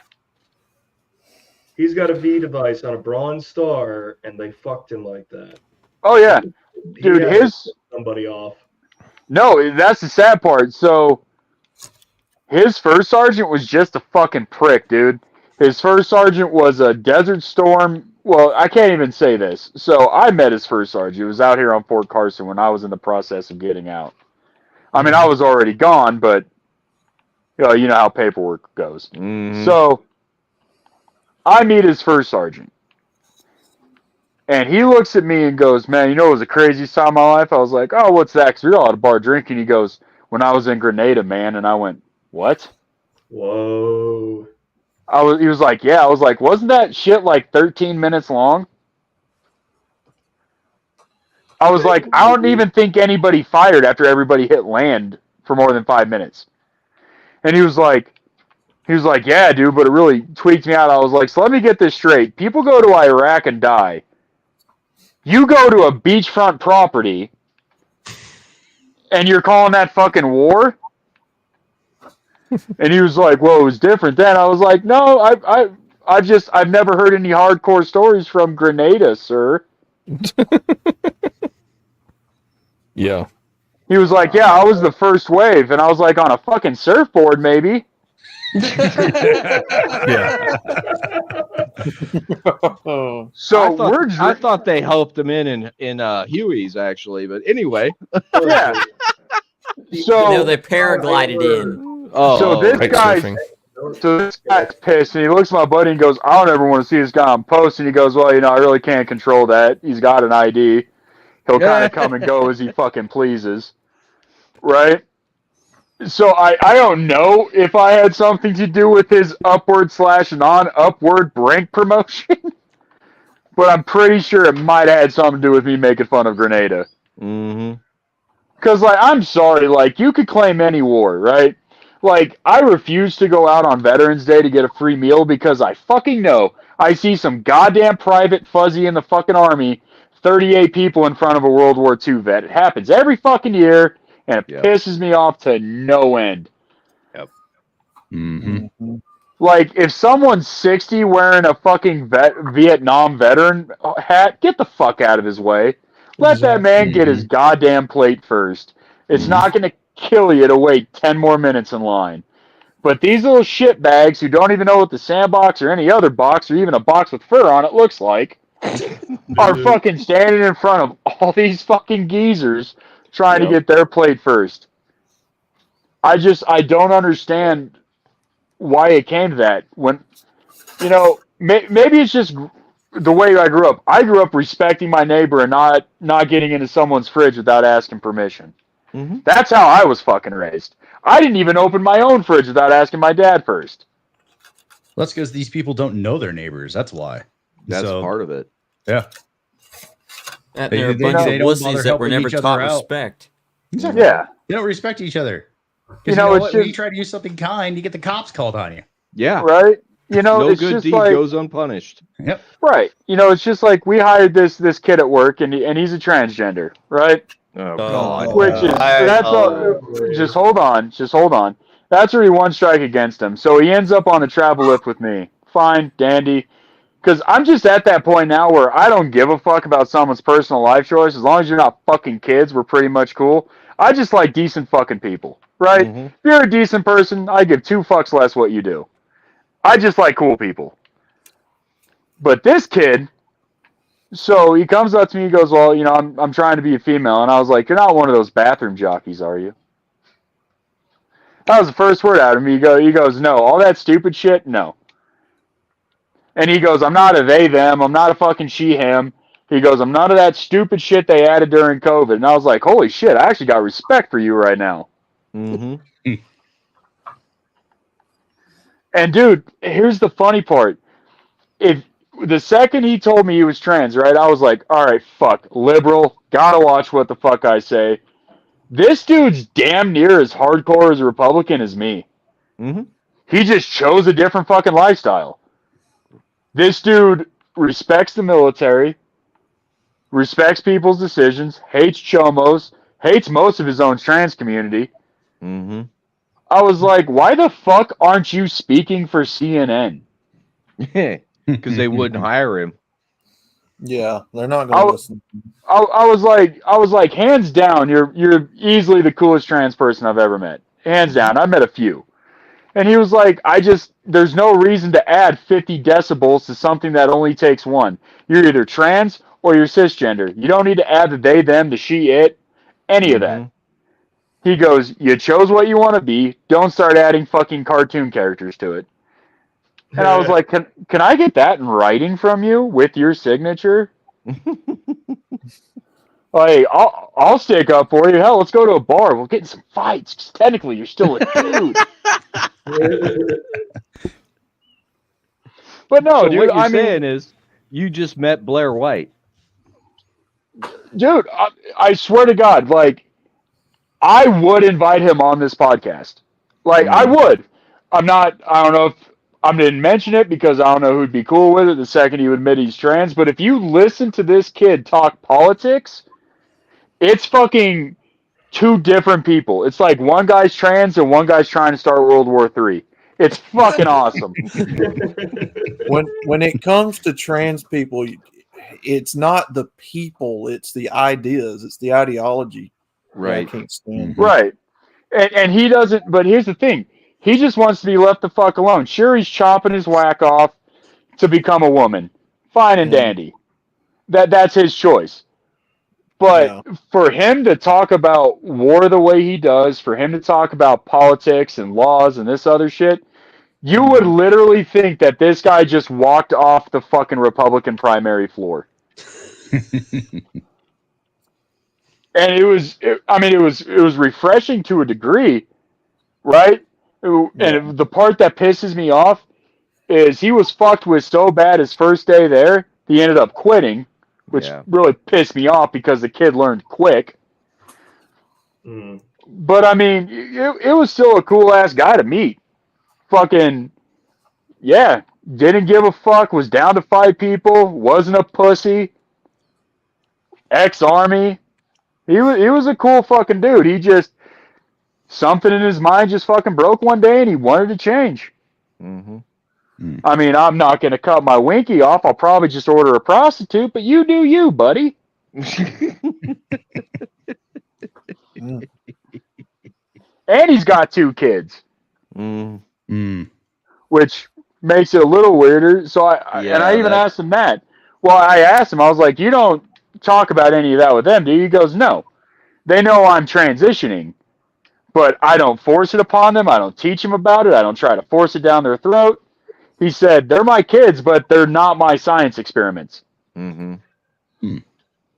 He goes, I'm not going to fuck with their personality, just like I wouldn't want anybody fucking with their bodies. If they grow up and decide they want to be something, fine, Danny, you do it on your own time. But I'm not going to teach you a way to do anything. I'd still be worried about how that affects them, that their dad is now their mom. Well, second mother. Yeah. Well, they're 14 and 15. Yeah, so, they've got a little more tools to understand. Yeah. So, you know, he lost contact with him for 3 years because of his choice. Mm-hmm. But when they realized that, you know, it wasn't going to break him, I think is when everybody's kind of settled down and just nestled into the fact that it was going to be a thing. All right. Who's got the guinea pig? Not me. It's Not me. It's my annoying ass guinea pigs. They'll shut up in a second. I heard them whistling. That's why I asked. I'm doing a starvation challenge, and none of them have dropped yet. I don't believe you. This is much like the Russian sleep experiment. One of them's going soon. Yeah, so it's been, what, 5 minutes since they got fed? Probably. Guinea pigs are fat asses. We had one guinea pig, my daughter's guinea pig, actually, Elsa. She actually did die because she ate too much. Oh, that bitch was plump. Yep. Well, they're saying you could have used her as a paperweight that can walk. I could have used her as fishing bait for 3 days. Oh, Jesus. Woo!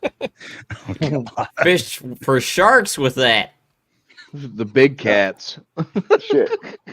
I got a good story for y'all. All right.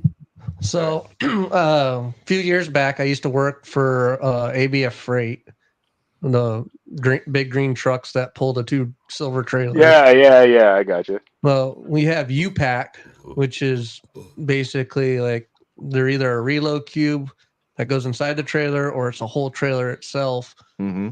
And we were having issues with drug dealers sending mass amounts of marijuana out of California into Kansas City and to St. Louis with our U-Pack stuff. Mm-hmm. And so the feds got tipped off. They showed up one night to our dock and they're like, we need this reload cube and we're not cutting the lock. We need to unbolt the doors from the reload cube. We're like, okay. So they unbolt the doors, pull the doors off. This thing is packed front to back, side to side, top to bottom, full. You can fit a piece of paper in there full of weed. Jesus. And so they're like, okay, yep. They confirmed it. They tested it. They're like, all right, cool. So we put the doors back on, and then we scheduled their the pickup for the reload cube because it was a pickup on site. Mm-hmm. And so we're like, oh, this is going to be good. So the next day during the night, they were supposed to come and pick up their reload cube. And so I get to work. They're like, all right, we got the feds here. They're all hiding everywhere. These guys are going to come and get that reload cube, and then the sting's gonna go down. So, like, about this time, nobody really goes to that end of the dock, just for the simple fact if they have a gun, y'all are on the other side of the dock and not anywhere near that. Well, mind you, it's pouring rain outside this day when they decide to do this. And we're all up in the break room on the second story looking down, watching this go down. And it's like 3 dudes. They're just loading the stuff into a panel van. And next thing you know, you see feds just come out of everywhere and tackle these guys to the ground and lay them down in the puddles and keep them late. And they cuffed them and just let them lay there for about 20 minutes. And it was funny. But yeah, we had the huge bus in St. Louis through ABF, because it's not like if you send it through the post office, how it elevates the crime. Right. Because we're a private entity. So it's not like the same with charges. Well, yeah, it's different because if the post office is a federal entity, you're a private enterprise. It's still a federal charge because it crossed state lines through a shipping outfit, but it's not the same charges. No, they're a little different. Yeah. They explained it all to us, and it gets real technical and stuff. And so it's just like, But another story I got is when I was in the Army, one of the guys that I was deployed with, he was my roommate, little piece of shit guy. He a real big piece of shit. He was always trying to throw somebody under the bus. Everything was everybody else's fault. Nothing was his fault. He didn't want to do anything. He just wanted to hang out in his chew and be on his computer and whatnot. So we get back from that deployment and come to find out this kid's got a marijuana problem. Real bad. And we knew he was smoking, but he would always get tipped off somehow about drug tests. And so you'd always have this stuff to clean the system. And so... Oh, so he knew the UPL. Yeah. Well, what happened was when I was at Fort Riley, so I lived in the town just outside the gate called Ogden, and I lived up on the hillside. And there was a blue house next to the subway on Main Street that the kid that lived there was the weed dealer for the town. And so I see my old roommate's car pull up because I'm up there at my house just chilling. So I get out my phone and I start videotaping. You can see him. I zoom in. You can see him playing his day really well. And he goes in the house. He's in there for a little while. And he comes back out, gets in his car, and goes back on base. So I Blue Falcon the shit out of him. I called my first sergeant right away. And I said, hey, he went to Eastling went. I'll drop the dude's name. I don't care. Eastling went to the dude's house to get a bunch of weed. So we need to do a UA tomorrow. He's like, all right. So what happened was first sergeant didn't tell anybody. And so we were there PT. We started PT. Then he goes, okay, everybody inside, 100% UA. You're all on lockdown. And we finally nailed that kid and got him put in Leavenworth for about 90 days. The kid is a piece of crap. He was married and he beat his wife. She probably had it coming. She was nice, but he was a douche. Like, I met his wife a couple times and she was a nice girl. Right. But this kid was a POS.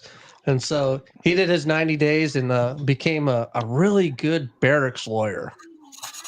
Oh, my goodness. Until he was discharged?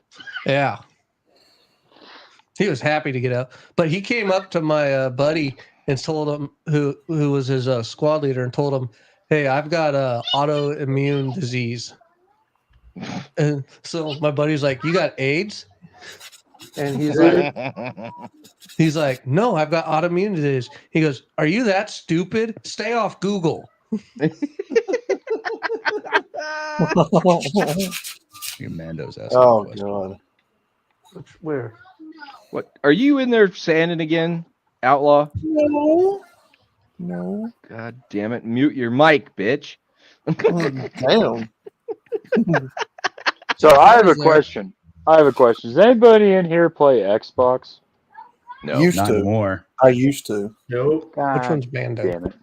I still used have to my way back in the day. 360. He's got Mando's So in do the I. chat. Oh, the Yeah, guy's Mando's in favorite the chat. is his username.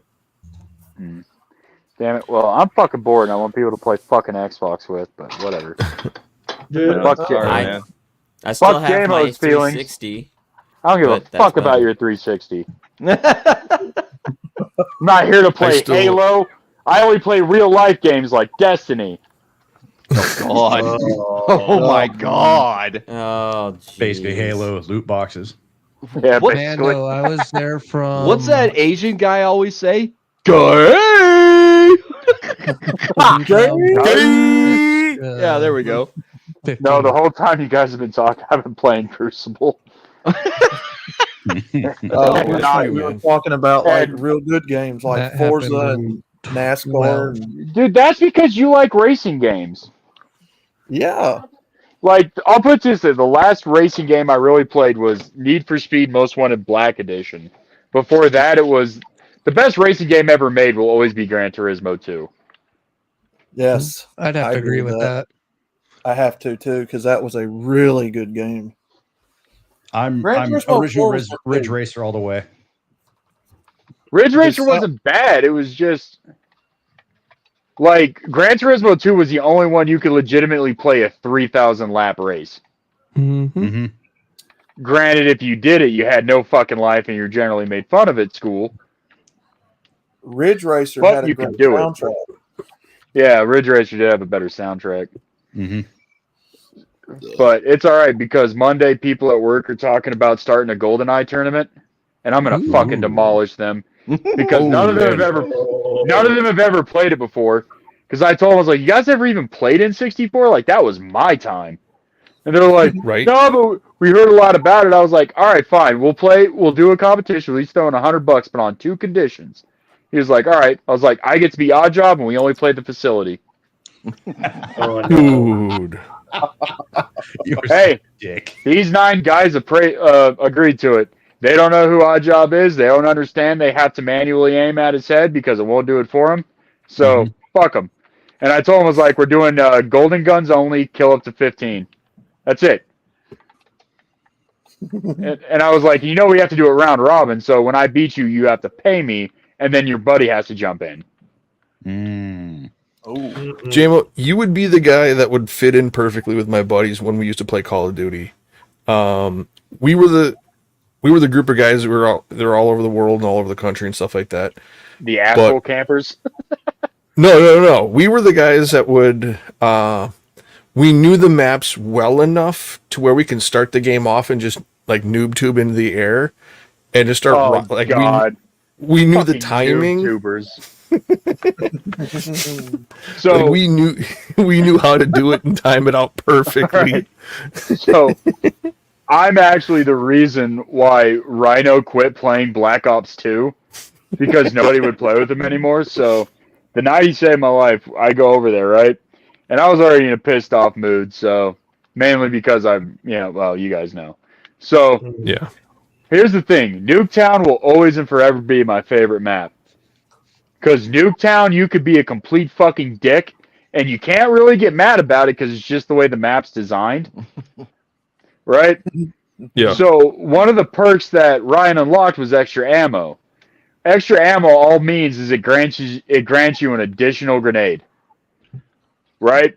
Oh, So Nate's going to remember, there used to be a spot on the east side of the greenhouse and the west side of the blue house that allowed you to lob your grenade over the entire map Yep. and kill the opposing team. Yeah. I left that match with 87 kills and 1 death. Oh man.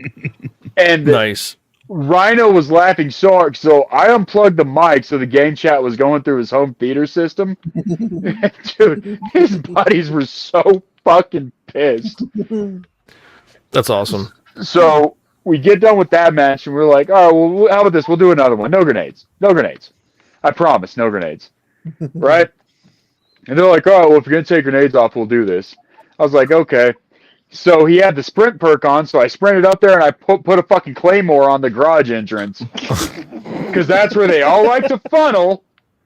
Yep. I fucking got a team wipe on a control. I was like, what the fuck? He's like, you said no grenades. I was like, it's a fucking mine. It's a claymore, yeah. For fuck's sake, Well- you can see the red lines. Well, James, I don't know if you remember the original Call of Duty 4. Yeah. I remember I was that one dude. I remember when the game first came out. On Overgrown, underneath the wooden bridge, there's a big boulder. Yeah, There's you could this hide in it. It was all, swamp and brush and grass and everything right there. And I Yeah. would sit down there with the M40A3, just snap them. And guys would come peek over the fence. I'd snap them again. They'd try to come run over. And that M40 is quiet. Oh, yeah.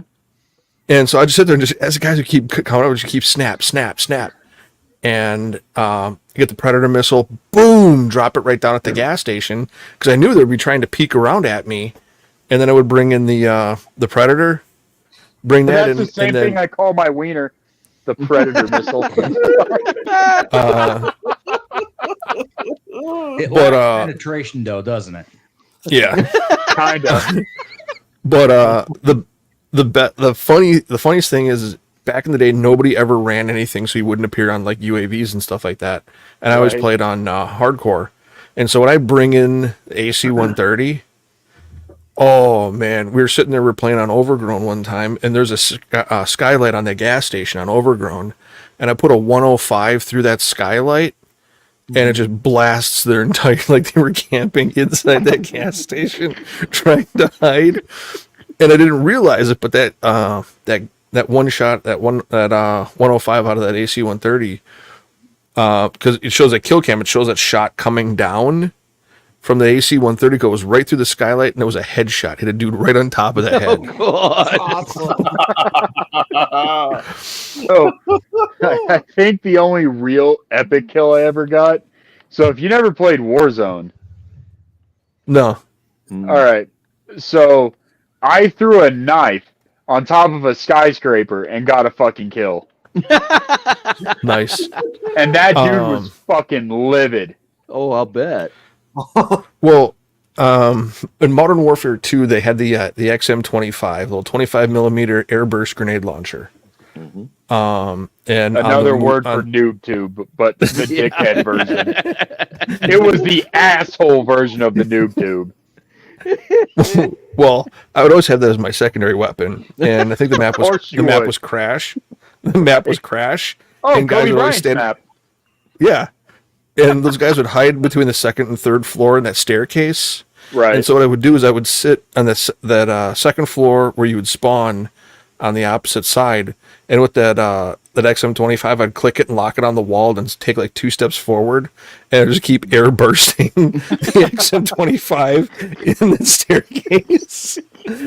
And I used to have the old Turtle Beach headset, so I can hear the click, click, click when they would plant their the respawn flare. I can't remember what they would call it. You can hear the click, click, click, and they drop it, and as soon as I would hear that, XM25 right through the doorway, bang, and the guy would spawn, click, click, click, right through the doorway, bang. So We used to do it all the time. when the C4 pallets got really popular in Warzone, right? Yeah. So I kept getting ammo crates. So I would pinpoint every vehicle and put C4 on there. And Nice. wait till I saw like 5 on the map, then hit the trigger, and I'd get fucking 3 team wipes. I mean, Call of Duty really was, well, GoldenEye was really the first game you could be a dick on. Call of Duty just enhanced your capability of doing it. Oh yeah. I remember it was on. Was it? I think it was Modern Warfare 3 with Hard Hat. It was like the construction site. Yeah, they brought it back. It's called Rust now. Oh, the Rust was from Call of Duty, well, Modern Warfare 2, if I remember correctly, but it's a little bit different. I remember, Hard Hat had the crane. Rust doesn't. yeah. I got really big into gaming with a bunch of buddies at that time, and in Modern Warfare 3, when they had the whole Friday night fights, like they would pick out certain clans and stuff like that.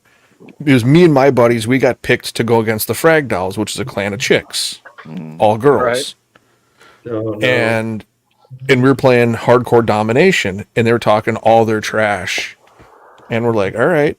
And what nobody ever realized is if you were to go to hardcore domination, I haven't looked at it in a couple of years, but me and all my buddies, our entire clan, are the top 25 people in hardcore domination. Nice. So what we did is we let them capture 1 point, disabled it, so they technically had one spot to spawn at. We locked down the other 2. We nuked them 6 times in the first round. Nice. And then all of a sudden the moderators for the Friday night fights are like, okay, yeah, you guys are done. Play fair. Don't do this. This isn't even a competition anymore. And it's like, do you guys realize who you selected to do this fight? Right. I don't think you guys understand who you're playing with here. Mm-hmm. Yeah. But that's an awesome strategy there. You bait them into an area where you're letting them create their own bottleneck. Because now you've got we now choke they point can them. only come from they put their own choker on basically because now they only spawn from one place.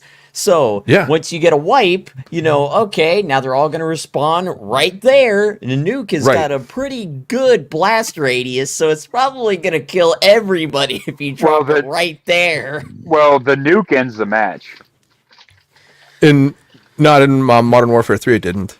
It just killed really? everybody and knocked everything down for like 2 or 3 minutes, yeah. Oh. In Modern Warfare 2, it did. See, when you played Hard Hat, there used to be, until they fixed it was my favorite spot. So if you managed to jump from the top tier all the way onto the top of the crane, you actually couldn't be hit. Yeah. It was an old asshole glitch spot, but you were guaranteed to drop a nuke that match. Oh, yeah. Because you had complete sight of the entire match. And they can't, even if they're on the top tier, they can't shoot down at you. There was like an invisible, an invisible bar that would deflect everything? Yep. Yeah. Well, the other one was Countdown on Call of Duty 4, where it was the missile launching base with the big silo tubes and everything. Like we knew exactly where to shoot a tube through the smoke, so nobody would see it, and it would come flying right in the hangar and just like wipe out an entire team. We used to do that all the time, and people used to hate us. And when they brought those maps back, we did the same thing. But yeah, go ahead. See, the only game I ever made it into world rankings was Diablo 2, believe it or not, the old computer game. Okay. I was, my oldest brother, Jacob, at one point had, he had the #1 necromancer in the world. Nice. And I had the number 7th barbarian. Nice. Well, I know when the first Black Ops came out, me and my buddy Josh, we played. No, we played Call of Duty 4 to the point that he and I combined had the same number of kills in Call of Duty 4 as smallpox. Nice. God. Oh, dear God. You see, I'm not the greatest Call of Duty player. I think the best my KD ever was a 3.2. And that was only because if you never played Modern Warfare 2019, which I can only assume you did. No, I haven't. Oh, so these pistols came out, and you could akimbo them, which means you could dual wield these the Letty pistols, I think is what they were called. But even on normal, it was still a one-shot kill for both pistols. Nice. So in one match on Shipment, which used to be the dickhole map, that's the map everybody uses to level weapons. It's there for no other purpose. Nice. Yeah, I know my buddy Mike. I got a 96-3 that match. Wow. Because my of buddy those Mike guns. Yeah, my buddy Mike was he was a sneaky bastard. He'd run everything like Assassin, Dead Silence, like everything, so you didn't know where he was. Right. And he changed his gamer tag when Modern Warfare, I think it was Modern Warfare 2 came out, to Mr. D. Cheney. Jesus Christ! And he just shot people in the face everybody with was a a deer shotgun? in the game? What's that, Cliff? Oh Do man! you think everybody was a deer in the game and get headshots all the time? Well, it was funny because you can hear the shotgun blast on those maps with the headsets. Mm-hmm. And so we would hear him talk. He's like, oh, wait a minute. And pull in, bang, headshot, Mr. D. Cheney. Boom, headshot, Mr. D. Cheney. And he was running around. He was running around in one of the tournaments we were in, and he's singing, "Why can't we be friends? Oh, Bang! God. Why can't we be friends? Bang!" Like he's just walking, just shotgunning people in the back of the head. And he got the kill cam shot of him walking right up behind a guy, putting the shotgun to the back of his head, execution style, and just rocking him. Dang. See, you missed out on the. Oh, that's sick. Can I jump in and interrupt real quick? It's 10 o'clock where we're at. It's time for us to kind of hit the sack for the night. All right, guys. Thanks All for right, having guys. us on. Thanks. Do you mind if I plug our show? Not at Go for all. All right. Be right back. So Brian and I, we're going to try to do a live stream on Wednesdays and Saturdays. Try to get the times down, right? But we're called Out of Service. We're just kind of talking about shit we did in the military, shit we've known each other 30 years, shit we did when we were in high school and Boy Scouts, all that kind of crap. So it's we're trying to figure out a schedule. Eventually we would like to have you guys on as guests, kind of just shoot the breeze, just talk about whatever, kind of like this is. But we'll eventually get there. We'll ambush you. Oh yeah, Awesome. Just at the time right now, Brian is actually working on getting into a new house. So this studio setup that we have is going to be completely different. It's going to evolve as time goes, and our schedule is going to be a bit hectic. So luckily, we're right at the beginning phases of this, so we are a bit more malleable with it. But It's all good. Yeah, you guys keep coming on ours. We'll come on yours. Yeah, we'll Exactly. push it up. Do you guys have work tomorrow? We have church tomorrow. We're not going to church because I got to do housework. Oh, that's right. Yeah, the house has got to get prepped. Yeah. So then why the fuck you getting off? Because I got to go to bed because my wife gets me up at 6 o'clock in the morning every day. Yeah. Somebody's got to cook breakfast. There you go. Yeah, she does. Besides, I like getting off. Okay.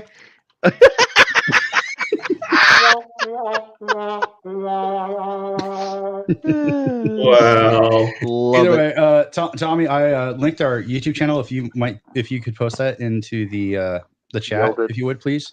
Oh, did you throw that in the private? All right. Yeah, I threw that in the private chat. I just don't have this account hooked up in the comments section. Post it in Gilded so more people see it. Well, yeah, Okay. definitely hit it up in Gilded too. Yeah. And- Also for Jamo, I know you hit me up on Wednesday night. Like right now, we're trying to figure stuff out before we get guests on. So it's nothing against you guys. It's also like things are up in the air. So if we have to cut a live stream off, we kind of have to. So No, it's all right. It's all right, Cliff and Brian. I get it. You guys don't like me, and that's fine. You know, just You don't like me. I make time to make you guys laugh. It would just be nice if somebody returned the fucking favor. You know, whatever. Oh, okay. You're Right. asking for a reach around. Gotcha. Turn around and close your eyes. Not even a reach around. I just want a taint tickle at this point, fellas. Like, what the fuck? You're asking for an awful lot there, buddy. I'm trying to see if you're willing to count the wrinkles on my stink star, but you won't even do that. Oh. God damn, man. I'm glad I don't have any viewership and I'm not on the radar because I'd get nuked so fucking fast. Oh, please. Yeah. Right now, there's some kid going, Mommy, can I have a stink star cookie? They don't know. Mommy, I like brown starfishes. Hey, Mommy, this guy named Jamo said he liked looking at pinched cinnamon rings. What's that? Oh, God. All right, you want me to end it with our tagline then? Oh, yeah. If you Sure. want. So it's just me and Brian. We're doing our show Wednesdays, Saturdays, and we're not broken. We're just out of service. There you go. Night. Yep. All right, you That's too, awesome. Night. All right. Have a good Love one. it, guys. Thanks. Man. I'm never joining their stream now. I You'll be there. uninvite myself. Yeah, you'll be there. You'll You know invite you will. First words, fuck you, Brian. You know what? Maybe that's who we should do the next. Speaking of April Fools, Nate, you should hit them with that "I'm your baby" shit on their Oh, first God. stream. Ah, man. You know, there's actually a guy on YouTube who does those prank calls. They're fucking hilarious. Oh, dude. Pulling April Fool's pranks on people like that is awesome. It's hilarious. Oh yeah. It's even better when they don't have a sense of humor. Oh, well, of course. Oh yeah. If you can send somebody from 0 to solarly pissed off, it's awesome. Yeah, it is. Well, that was kind of the fun part of playing Call of Duty back in the day. I mean, I played up to Modern Warfare 3, and I didn't play anything after that. But dude, we used to royally piss people off in that game. Oh yeah. Well, it's so easy to piss people off in Call of Duty because once you got one guy just talking shit on the other team, you know you can make it 10 times worse. The best part about 2019 was well, I don't know about the viewership these days, but you weren't there for the George Floyd memes on Call of Duty. God, I bet those were Oh, brutal. no. Oh no, I wasn't. Those had to have been perfect. Dude, so Oh, there was a guy man. on my team, and I went to high school with him. His name was George Floyd. That was his gamer tag. Oh, So- man. He goes prone, and I kneel on the back of his head. And that's all we did for the entire match while people read our gamer tags. So he was George Floyd, and I had to change my name to ex-cop. And dude, some of the fucking messages we got were fucking priceless. Oh, I can only imagine. I can only imagine. One team got really into it, so we went up against this enemy squad, right? Yeah. And we didn't even kill each other. We just sat there talking shit the whole time because of their gamer tags. Not one bullet was fucking fired. Their team went exactly like this. I knelt on George Floyd's neck. LOL. That was their team of 6 guys. Oh, God. So we get in there, and I'm running around, and I pull up my weapon. They're just staring at me. I was like, what the fuck? They all invited us into a party chat.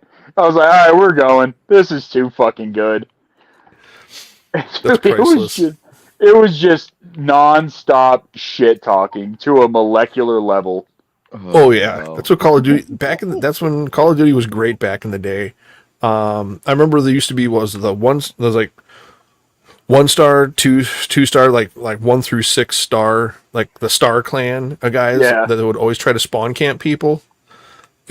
I remember people used to just bail out of games with them, and me and my buddies, what we would do is we would deliberately look for their matches. Right. We would go and we would reverse and we would spawn trap them and just would sit there and nuke those guys repeatedly. And I remember one time we did that to them. I think we nuked them in Modern Warfare 3, I think like 3 or 4 times. And like they were furious. Don't like the taste of their own medicine, huh?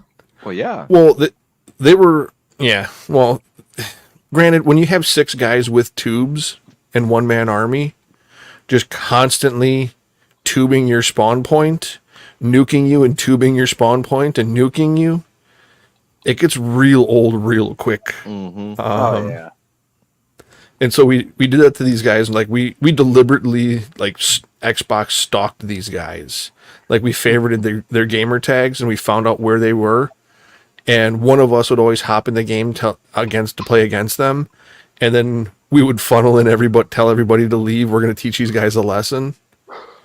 And one of their guys, they were actually, I can't remember the name of the website where their clan was registered.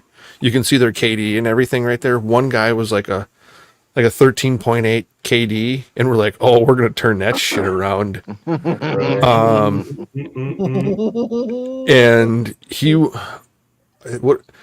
I think we had him at like a -8 KD in about a week. Oh man.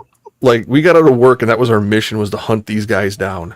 Oh That's awesome. man, fuck. But yeah, those were the great days of online gaming. We used to just torment people like that. Well, see, that's why I like GTA 5, because you have people on here all the time that troll them guys on there. I used to follow this one guy named Mr. Technical Difficult. He had a voice changer. He would troll the fuck out of these people acting like a kid and saying, "I'm gonna fuck your mom's pussy." Well, he's like, "What's this fucking kid on here talking shit for, man?" Oh my god, dude! I have to find that guy's channel again. It's so funny. One of the best ones we did. We were all still either dating or married. Some of the guys were married at the time.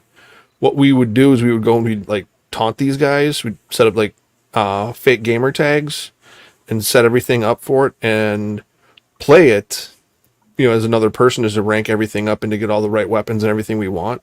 And we'd have either our girlfriends or wives or guys that had a chick that they knew and have them come over, and we would play. And then as soon as the match was over, we'd hand the headset to the chick, so they would be like, "Oh, you just got beat by a bunch of girls." Like the girls would taunt these guys in the middle of the games. And these guys are just getting roasted.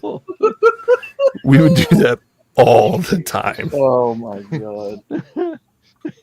Ask him, "Hey, do you want to buy some Girl Scout cookies?" Yeah. Oh yeah, like you could hear the conversation through the TV. There's like, "Oh, we haven't seen this much camping since Girl Scouts." Like they would just torment the fuck out of these guys. Yes. That's awesome. We were horrible. We were known for like our gamer tags back in those days. Like we were infamous back in those days. That's awesome. But I remember just when Modern Warfare 3 was kind of coming to the end. I remember it was like the 5-star guys. They saw me and a couple of buddies were like, "Oh shit, it's these guys! Back out, back out, back out, back out, back out!" Like these guys were like panicking to leave the lobby, and then the whole team would leave, and then they would get dumped right back in with us, like back out, back out, back out, back. Like they knew what was in store for them. But yeah, we used to play like hardcore domination and beat them 200-0. Oh Jesus! Oh, man. And these guys were supposed to be hardcore. Yeah, they thought they were. Well, So the difference between core and hardcore. So if you primarily play core, you're most likely a really good Call of Duty player.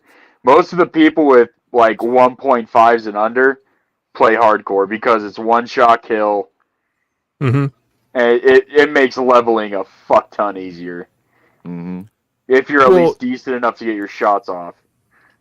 Yeah, but if you have like an 8.5 or 10.2 or something KD and you play nothing but hardcore, oh, you're God. Yeah. Yeah. Like I said, the best I ever got through hardcore was a 3.2, and that was sweating my ass off, literally. Oh yeah, yeah. To get that, because at that point, the only way you get above a 5.0, I can't even say that. The only way you get above a 7.0, which is basically God, is you have to spawn trap. That's how you get there. No, you don't. You fatal funnel everybody. Oh yeah, you could do that too. We did it repeatedly. But yeah, those are the fun. Those are the fun days. Yeah, I never got into the whole I knew a lot of guys that played zombies, and I never got into the Black Ops games. But those are the fun. Black Ops was made for zombies. That's what attracted everybody to it, because from 2000 to like 2000, we'll say 13, everybody was on the zombie craze. Everybody was. Because everybody was solely convinced that there was a fucking virus out there that could turn the dead into walking and fuck up the world. Yeah. That was about the time I got away from it all. Mm-hmm. Well, I mean, and technically there was this doctor who faced a lot of controversy because he basically said there is a virus like that, but it's never been proven. I mean, that's just a stupid ass thing. Like to say that we're gonna have a zombie apocalypse. I don't know. Yeah. Like you saw Yeah. those assholes buying Jeeps with the zombie response team stickers on the back. It's like Jesus fucking Christ. Oh yeah, I remember that. Because here's the thing, and I totally believe this. I think if we did go into a zombie apocalypse, right? Just as Americans, how long do you think it would take us to just go back to normalcy? I say 72 hours, people would probably be over it, and then just shove zombies out of the way to get to their car to go to work. Pretty much. Yeah. Well, I remember someone I worked with at the time when the big zombie craze was going on. They're like, "Where would you go? What would you do if a zombie apocalypse happened?" I'm like, "Well, there's old World War II diesel submarines all through the Great Lakes." I said, "I'd go liberate one of them, drop anchor a couple miles offshore, submerge. Nothing's gonna come near me. Come up for air every now and then. I'll be fine. No one will know I'm there." And they're like, "That's cheating." I'm like, "No, that's playing smart."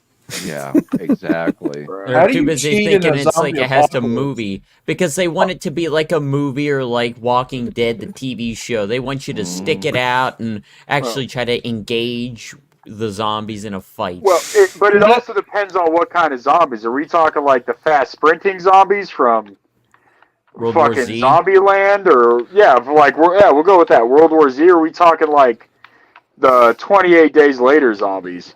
Yeah, the rage virus ones. Yeah. Well, I remember back in the time, I said, if you look at it now, like we're kind of living in a zombie apocalypse, and they're like, "Why do you say that?" I said, "Everyone's out looking for brains, Mm-hmm. Oh yeah. and no one's finding any." any of them. Mhm. Well, you have a bunch of brainless idiots like just that. stumbling around, just Right? saying the exact same shit over and over again. So yeah, I pretty like much. that. That's pretty Right. good. You know, it's just like everybody's been in nerd arguments, right? We've all been there. Oh Lord. Oh, yeah. The dumbest argument I've ever heard is that a mummy and a zombie are the same thing. What the fuck? Pretty much. No. No, they're not. If you all right, No. hear me out. Hear me out, and here's why. If you get bit by a zombie, you will ultimately turn into a zombie because the virus is injected into you. If you get bit by a mummy, you're just some dumbass who got bit by a mummy. Pretty much. It's true. Because a that's mummy true. is literally just basically a human prune wrapped in toilet paper. Yeah. Right. Reanimated after it's death. linen. It's linen. Excuse me. Yeah. Zombie. You know, Yeah, it's whatever. just like when what was that gay ass movie series Twilight, when that shit came out. Now granted I watched it to get laid in Oh, high my school. God. But Oh, fucking I'm sorry, like vampires used to be cool as fuck. The undead wander around, slaughter people with their fucking extending fingernails, and fuck the whole world up. That was awesome. Now they sparkle in the sunshine. Oh God. oh, they sparkle all right when they start to burn. No, remember? Because in that movie, those vampires didn't burn. They just sparkled. That's bullshit. Okay. Well, that's true because The Walking Dead came around like around that time. Was it 2010, 2011?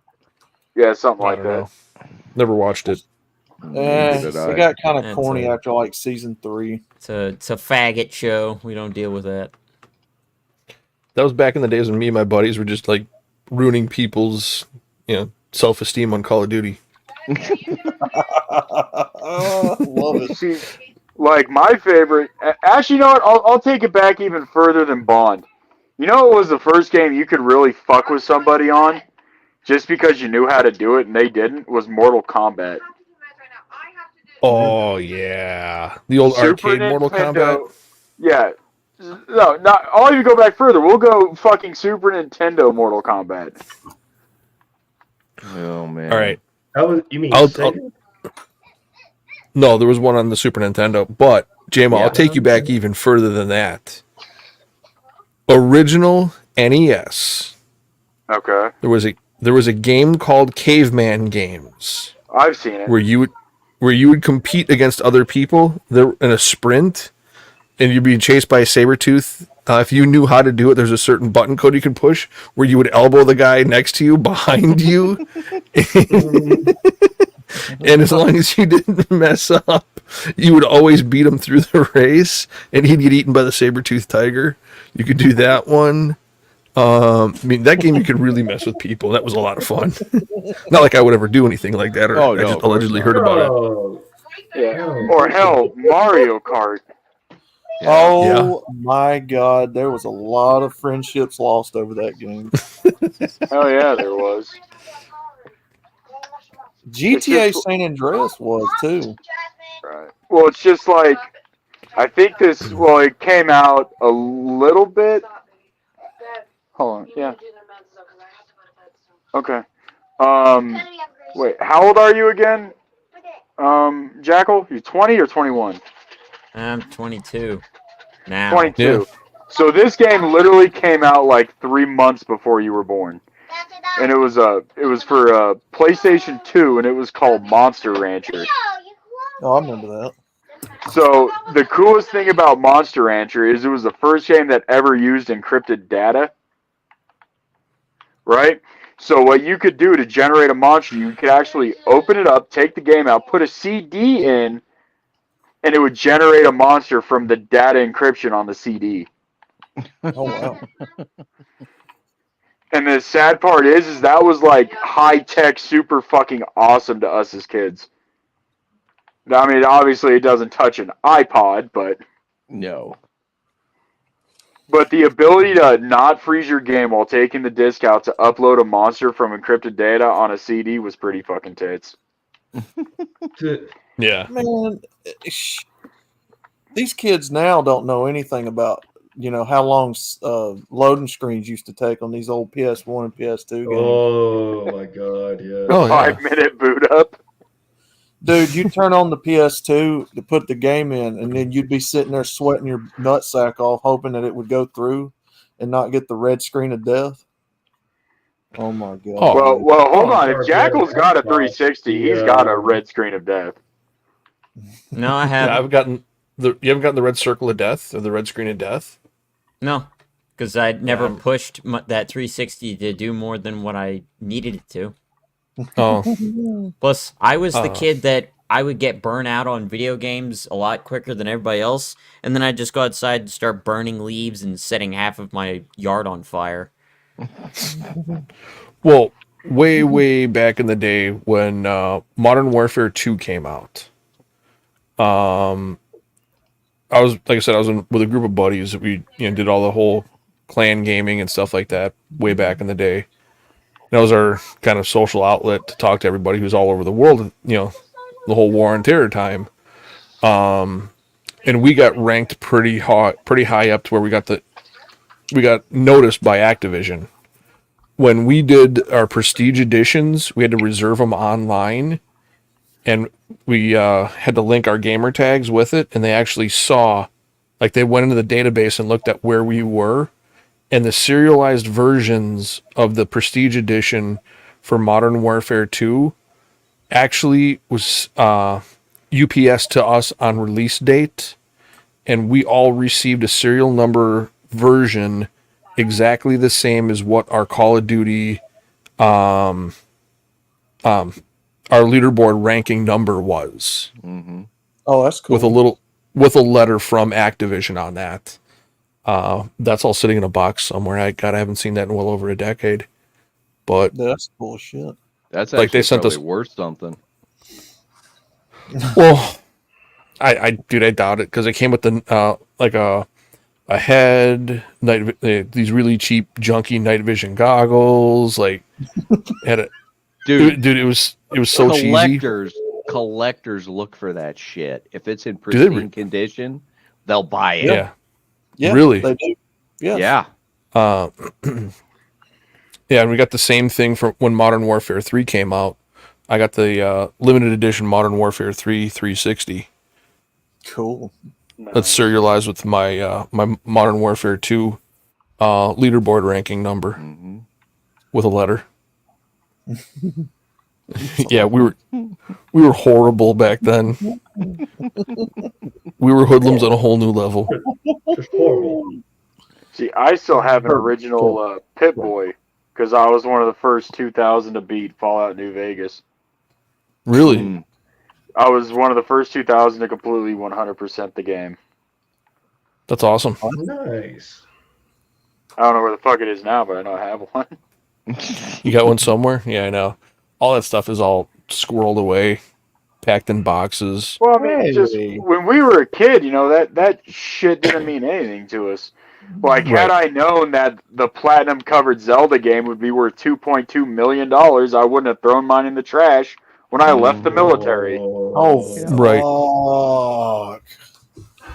Oh, fuck. Like back in the day, I had the original the holiday deluxe version of the original NES that came out with the robot and everything. Like that was a Christmas gift when I was a kid. Mm-hmm. Right. That robot never worked. That NES was so janky and like hardly ever really worked correctly. Mm-hmm. But from what I understand, those original systems in the box and all that stuff, they're worth a ton of money, whether they work or not. Well, Oh, yeah. when it came out with the little pistol that came with the second edition, the second edition one pistol was orange. Mm-hmm. The first edition one was gray and like a light gray and a dark gray. Mm-hmm. I had the light gray, dark gray version, which I guess is even harder to find. Mm. Damn. So yeah, that just got tossed. Oh yeah. Well, I was in the Pokemon realm. That's where my bread and butter came from. But the very first pack of cards I ever opened, a Charizard was in there. And that card is now worth hundreds of thousands of dollars, and I could kick myself. Ooh. I traded it away. Oh yeah. Oh, I was a kid. I was like 11 years old, 10 or I 11 used years to old. bend them and put them in my bike spokes. Yeah. Treat them like playing cards. Yeah. Yeah. Oh, dude, like, so in the Pokemon realm, like, now you can't even find original Charizards in the packages anymore. They took them out of circulation because of how rare they got. Mm-hmm. So just like my brother Jacob, he played the ever-loving fuck out of Magic, right? No.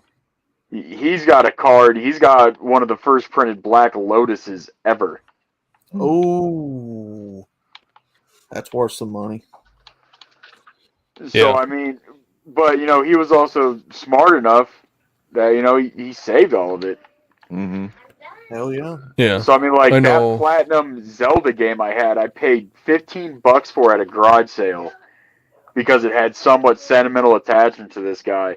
And it was the original Platinum plated. You could still play it in the original Nintendo. Wow. Cool. And Yeah, I fucking chucked it because I was tired of carrying it around. Mm-hmm. Oh, So Yeah. there's $2 million sitting in a California landfill somewhere. Right. I Well, didn't- a buddy of mine was really big into the whole Magic the Gathering kind of card game thing. Right. Like he was a big Magic nerd. Mm-hmm. And when he was deployed to Iraq in 04 or 05 was the second tour where he got hit by an IED and died over there. His parents had all of this stuff and didn't know and had no idea what it was or what it was worth. And they called somebody from like a collectibles store. And this guy went through this stuff from the Ripped them off. from the early 90s, like first series. He had multiple complete sets of like all these cards and things like that. And I remember talking to his dad, and his dad's like, yeah, he's like, we finally cleaned out Josh's room and all the junk he had in there. And I'm like, I think some of those cards may have been worth something. He goes, yeah, we called some collectible guy. He gave us 10 grand for all of it. No, for fuck's sake. Rip them off. That sounds Oh, yeah. just like That sounds just like those game stores back in the day that used to give you like $2 for a $50 brand new game in the package. Yeah, GameStop. Yeah, That's like give you GameStop. I brought exactly. them. So we used to have one in my town here. Dude, I used to bring them brand new. Like, I literally would buy the game from Walmart and play it like a few days and not like it. And then I would take it in there and they'd only give me like $5 for a $50 Yeah. game. Yep. Yeah. Oh yeah, they were notorious for that. That's But, how they made their money. Yeah. When my dad was, I heard the story from my dad many times when I was younger. When my dad left home and went to college, my dad, before that, when my dad was a kid, he used to collect baseball cards. When my dad went to college, my grandmother threw out all of my dad's baseball cards Oh. and cleaned out everything. And to give you an idea, my dad had baseball cards from 1947 Ooh. through it was 1962 or 1963. Complete sets with all the rookie cards and everything. Yeah. Oh, damn. So he would have had people like Wade Boggs and Pete Rose and Yeah. Yeah, he had God. Yeah. It was crazy. Like, I remember my dad telling me, he's like, because when my brother and I were collecting like baseball and football cards and stuff like that, my dad vowed to us he'd never throw them out because that's what happened to him. And my brother and I got in an argument, and so my brother just grabbed all the cards, took them all away, and piecemealed them and sold them out to different people on eBay. Oh, God. But yeah, it was. I mean, I've seen so many of those collectible things like that just either get sold off for nothing, or some people have made a killing on them. I've got a box full of those baseball cards right now. I've got some wrestling cards, some NASCAR cards. I've got like Darryl Strawberry, Hank Aaron, Derek Jeter, Sammy Sosa, all them guys. Cal Ripken, his brother Billy Ripken. It all depends on when the card was. What printed. year, what series, condition of it. What their place in the league was, whether they're rookie or whether they were at their height or I've got a Michael Jordan baseball card too when he was a baseball player. It's worth some I remember bucks. that. I remember those days. Yeah. The shittiest White Sox player ever. He ain't wrong. He wasn't much better when he came out of retirement for the Wizards either. I've got some Shaquille O'Neal and some Michael Jordan basketball cards too. Some let's see, I think I got some Kobe Bryant. Yeah, my foster mom sold all my. I had a whole binder of Jordan rookie, Bryant rookie. I had some Shaqs. I had a Walt Frazier and Earl Monroe basketball card for fuck's sakes, and she pawned them all when I fucking left her care. Gosh! Wow! Damn! I've got a Yogi Berra baseball card too. That's worth some bucks. Well, the craziest thing that I have, and it's still literally just sitting folded, tucked away in a nice box, is I have a period correct autographed Ray Nitschke game jersey. Ooh, nice. Yeah, I remember getting that, and I actually got it up at Lambeau. I met him up there. He was up for a game, and I was talking to him. He was just kind of walking through the scene, like, "Aren't you Ray?" And he's like, "Yeah."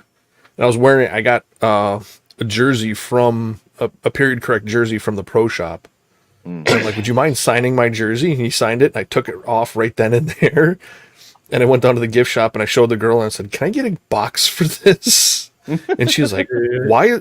And she looked at the autograph, and he was actually there. He walked onto the pro shop with me and he autographed the box. Oh wow! Dude, that's awesome. So I have that. It's sitting in a gift box in a safe right now. Because Mhm. find one of those. Yeah. I've got what is it? Bo Jackson. I think it's like a big picture poster, like framed. I think Yeah. his autograph somewhere on it. I'll have to look at it. But his mother lives not far from me. She lives like 15, 20 minutes from me up the road. Oh, really? Oh, yeah. Yeah. He was a cool guy back in the day. From what I knew, someone that wound up meeting him in person. He was like a really chill guy, like really cool, friendly, like not a stuck up prick. Yeah. Take it easy, Mando. All right, Mando. Have a good one, Mando. Get some rest. Take care of yourself. Yep. Later, But- Mando. Yeah, there's a lot of like weird collectibles that are out there that you would never guess that are valuable now. Oh yeah. Well, and it's Yeah, just random mhm. shit a lot of times too. Well, it's just Right? like Matchbox cars. Those Oh, are yeah. fucking really pricey because they quit making them. I know some older school Hot Wheel cars are like really sought after now. Mhm. Oh, yeah. That's the field I'm in. That's the hobby that I'm in all the time. Yeah, I do know that stuff. there's Outlaw. some Matchbox cars that you could get from especially drag racing venues that were special edition ones just for those drag racing venues. Yeah. Those things are worth quite a lot of money. Are they really? Oh yeah. Oh, yeah. Special I should promo probably- event stuff is always worth money. The Mhm. average I should go back. Go ahead. Could. No, go ahead. The average Matchbox car goes for like $580, Yeah. and that's not even a rare one. That's one that had like over 30,000 of them made. You go to the What? rare, yeah. You Yes. go to the, oh yeah, like So you guys remember the show The Munsters? It's one of my favorite Mhm. shows Oh, ever. yeah. Yeah. Matchbox made the Munster Mobile before Hot Wheels did, Mhm. right? Yeah. And the Mhm. Matchbox version, if you have one still in box, still intact, and unmarked, you're looking at $110,000. Mhm. Jesus. And they only made like 200 of them. Yeah, there wasn't a lot of Yes. them made. Yes, the Hot Wheels, when they first come out in 1968, there was one of the cars that was a Volkswagen bus, and it had a surfboard attached to it, I believe. And it's, if you can find one with the original pink, I don't know what the color's called, like Spectra Flame or whatever, that chrome pink color, kind of looks like antifreeze, but it's pink. Right. If Okay. you can find that car, which somebody has it in his collection, but if you could find one, you're looking at close to about $1 million. Wow. Well, I mean, granted, all the ones that I had, were all played. We all played with those as kids and stuff like that. I mean, I have probably 5,000, 6,000 of them. Mhm. Late 70s, early 80s. Mid to late 80s. Because we collected a bunch of them. We like looked to try and find all the different cars and all the other ones. Mhm. I do know that when Hardee's Restaurants did the Days of Thunder promo, and they had all the different race cars from the Days of Thunder movie, I have all of those. Oh, sweet. Ooh, that's Those a are nice probably one. worth something. Well, dude, remember when McDonald's had their micro Beanie Babies? Yeah. No. Oh, yeah. Yeah. If you collected all 60 of them, you're sitting on $7 million. Wow. Woo-hoo. Yes. I remember them. I remember when all that shit was popular, man. Like, I remember when the craze was Furbies- going on. Yeah. Furbies and Beanie Babies, and then Pokemon Furbies. came out. Fucking Furbies are still the creepiest fucking toy ever made. It really is. They're actually still Yum. fairly popular. We took the batteries out of ours, and it still worked. Oh God. Oh, that's creepy. It was possessed. That's creepy. Yeah. Oh yeah, Very. but just like God, what's some other shit from when I was a kid that's worth money now? Like I know a Princess Diana Beanie Babies were 65 grand unboxed and fucked up. Mm. I remember the Easy Bake Ovens and the micro machines and the Yep. what was that toy that could make gummy snacks? Creepy crawlies. The creepy crawlies, yeah. Yeah. See, I have a channel dedicated to all this, guys. See, what That's about awesome. what was another one? Specifically when we were kids. Fuck. Mousetrap. No, yeah, Mousetrap was one of them. Teddy Ruxpins, for fuck's sakes, are expensive now. Teddy Ruxpin. But Yeah, if you had those damn things. if you have an unboxed Teddy Ruxpin from year one, it's worth like 15 grand. Wow. Jesus. God. All right. And Well, if you here's a had all the question. cassettes to go with it. Well, here's a question for you guys. I still have. The boxes have been opened. They're not in perfect condition. Some of the original Transformer. Those are worth money because of the movies, regardless. Yeah. Really? Is it the 1980s G1 Transformers? Yeah. Oh, Yeah, oh my so God. it depends on the condition. Like at minimum, you'd probably get $250 per toy. Yeah. And the sad part is there's still die-hard Transformer collectors. Mm-hmm. Especially the early stuff. Like there's hardcore G.I. Joe collectors to this day. Oh God, yeah. Yeah, I know. Like, my buddy's got the if you couldn't remember, you had to be rich in the fucking 80s to get it. But the original G.I. Joe SS Flag toy, it was a 6-foot long toy that had the mega speaker and everything on it. Mm-hmm. Yeah. Awesome. If you have that intact with all the characters, that's like $5,000. Oh, jeez. Awesome. And it was like a $400 toy back in the day. Right. Yeah. Which in today's dollars is probably $2,500, but yeah. Yeah. Yeah. I knew a kid that was just down the block from me. He had he had all that stuff. Like his parents always got him like when the original like Star Wars action figures came out, he had all of them. Oh God. Oh, speaking of Star Wars, my oldest brother Jacob, in spite of holding on to most of his shit, he had. You guys remember the original 4-inch that came in that red suitcase? And you had to collect them all from the movie catalog. Remember, like you get Han Solo and Yoda, the little miniatures, and they went inside this little red suitcase that had all the little spots for them. Yeah. Yeah. Yeah, that's worth like $10,000 now. Really? Yeah, because they quit making figures at 4.5. Right. Because they became a choking hazard. Mm-hmm. Wow. It's just like there's so much. Like I mean, I dabble in comic books. I need to save up paychecks to get more, but like the biggest issue you have with comic books, unless you're a hardcore collector, nobody wants a comic book you can't read. Yeah. Yeah. Unless you're just that much into in-case things and just holding them intact. Mm-hmm. Yeah. So like I think the most expensive one I probably could have gotten, I gave to you guys know I gave to Rhino to give to Blake. Mm-hmm. Yeah. Mm-hmm. But there's a guy at work who wants to buy my New Mutants 98, and he's pissed off because of the price I quoted him. I was like, dude, on a good day I could get $1,200 for this book. I'm charging you $7. Like, be thankful. That's a deal. I could be a dick and make you save up for a year. Mm-hmm. Yeah. And he's like, why did you sell it for $7? I was like, because I'll probably settle at $5. Yeah. I know a guy that's like a really big comic book dork for the Punisher stuff. Oh shit! I have the embossed one from the fucking 80s.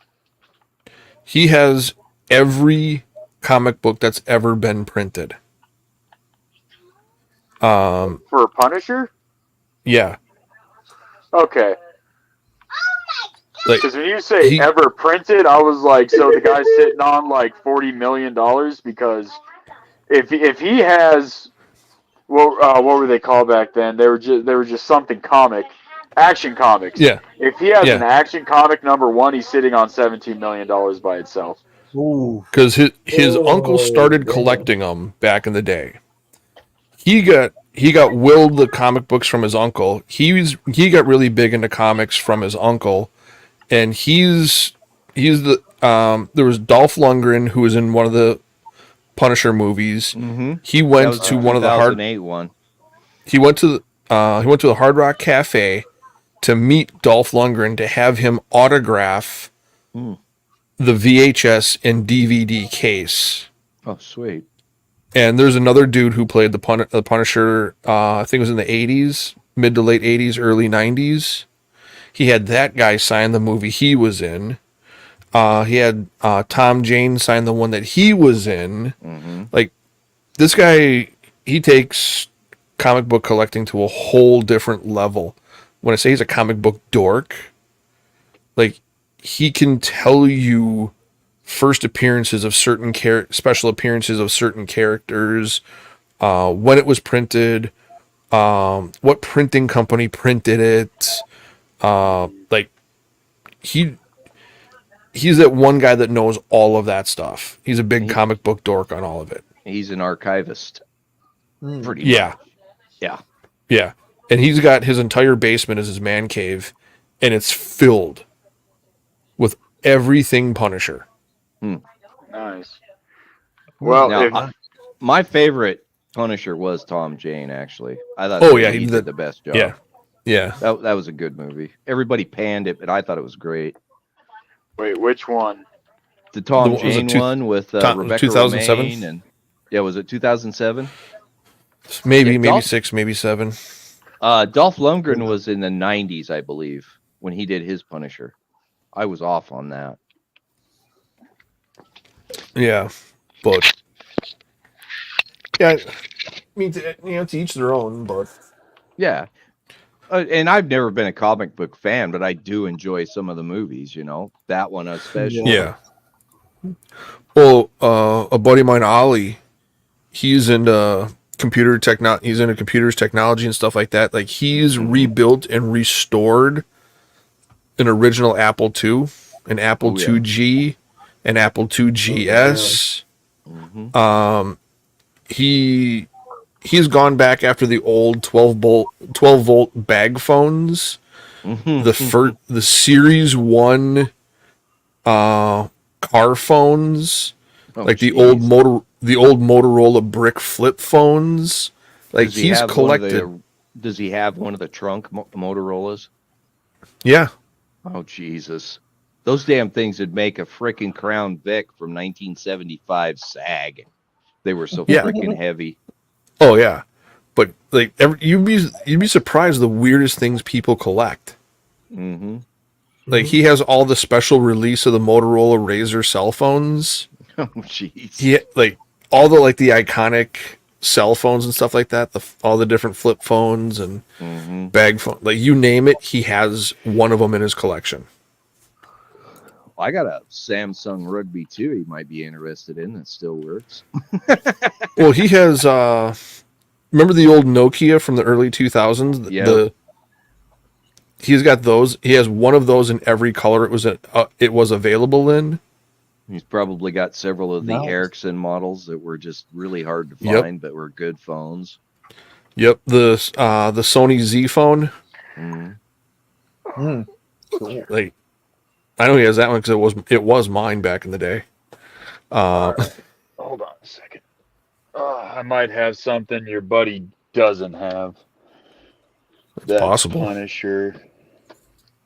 I would like to find some of them older phones that was like see-through, the telephones, like the race car phones and the old which ones I'm acrylic talking about? ones, the old acrylic ones that were clear plastic. yeah. Yeah. I wouldn't mind trying to find some of them. Oh, Tommy, you remember mid 80s when they did this is the old wall phone day where the phone was it looked like a car? Do you remember those? Yeah, that's what I'm talking about. There used Where you to can, be like, a lot of those. Yeah. I remember. I've probably seen pictures of them, but we never had anything like that. So wait, Yeah, I who knew someone had did. the Punisher buddy? Was that Nate? Yeah. Ask him if he's got Punisher number 75, embossed silver foil cover with the bloody knife. Nice.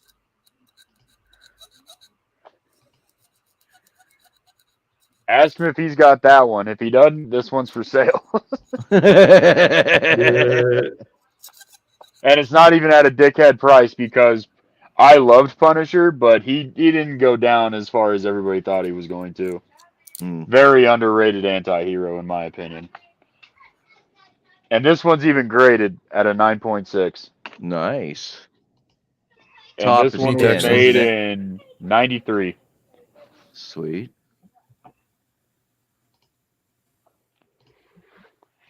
Shit. But I mean, I thought this one. Well, I don't even know how rare this one is. I don't, because they printed a fuck ton of Punisher. So, Yeah, they did. because Punisher was everybody's fucking favorite. Yeah. Oh man, for a long time actually. Like, I liked Sweet. Are you guys talking about the Punisher that had John Travolta in it? Yeah.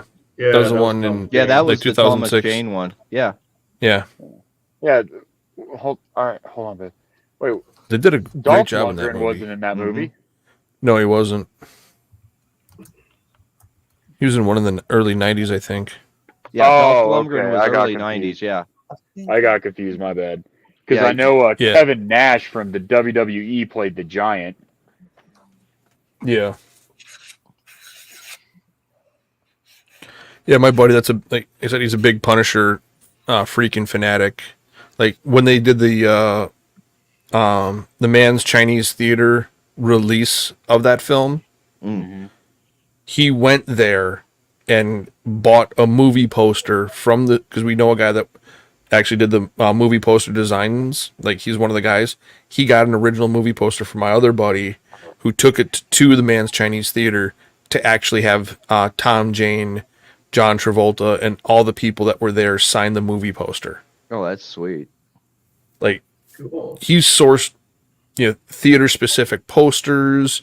He's sourced them from Japan, from Canada, Germany. Like, dude, like, I don't even want to imagine the money he's dumped into all that stuff. Right. Oh, that a shit ton. What'd she do? Okay. Yeah. Mhm. Well, that was jazzy again. All right. Yeah, I'm waiting to see if he texts me back, JMO, to see what he says. Okay. I mean, there's probably a good chance he's got it. If he's just diehard Punisher, then he most likely Yeah, he has is. it. But this came in two different forms. He had the silver foil cover without the blood, and then he had one with the bloody knife. Okay. Yeah, knowing him, he probably has it. Yeah, so I wouldn't be surprised. This is just the last Punisher comic I have. Yeah, but yeah, like he picked up the action figures from the late 80s when they did that. There's a Dolph Lundgren one, and there's another dude in like the early 90s. Like it was a B movie Punisher. He's got movie posters of that one. It's got the dude's autograph who played the Punisher role. Like he literally can tell you like where they actually filmed it, what studio. Like That's all. he's a Punisher nerd. I tease him about it all the time. Nerd. Well, there's worse things to be. Hey, Yeah. I'm a Knight Rider nerd. I'm a Dukes of Hazzard nerd.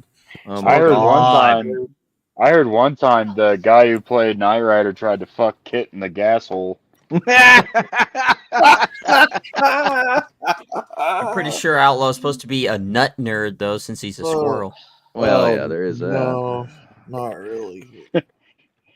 You've been drinking again, sir. No, I haven't, kid. Open up. Yeah. Good thing that car didn't come with a fucking breathalyzer. Oh, I get into all that shit. That's another type of channel that I run too, dude. I do urban exploration on the side when I'm nice. in Red Pill. I Yeah, love that's kind of cool. filming locations of places and stuff where they filmed movies and television shows. Yeah, well, my cousin's a huge Dukes of Hazzard nerd. Oh, yeah, that's awesome. He has 6 69 Charger RTs. Oh shit. He's gone to Hazard Fest how many different times? Like he has pictures of him with like all the cast members. Like he's always been down for all of those. We've sourced every picture, everything we've ever been. Everybody in the family, we all have,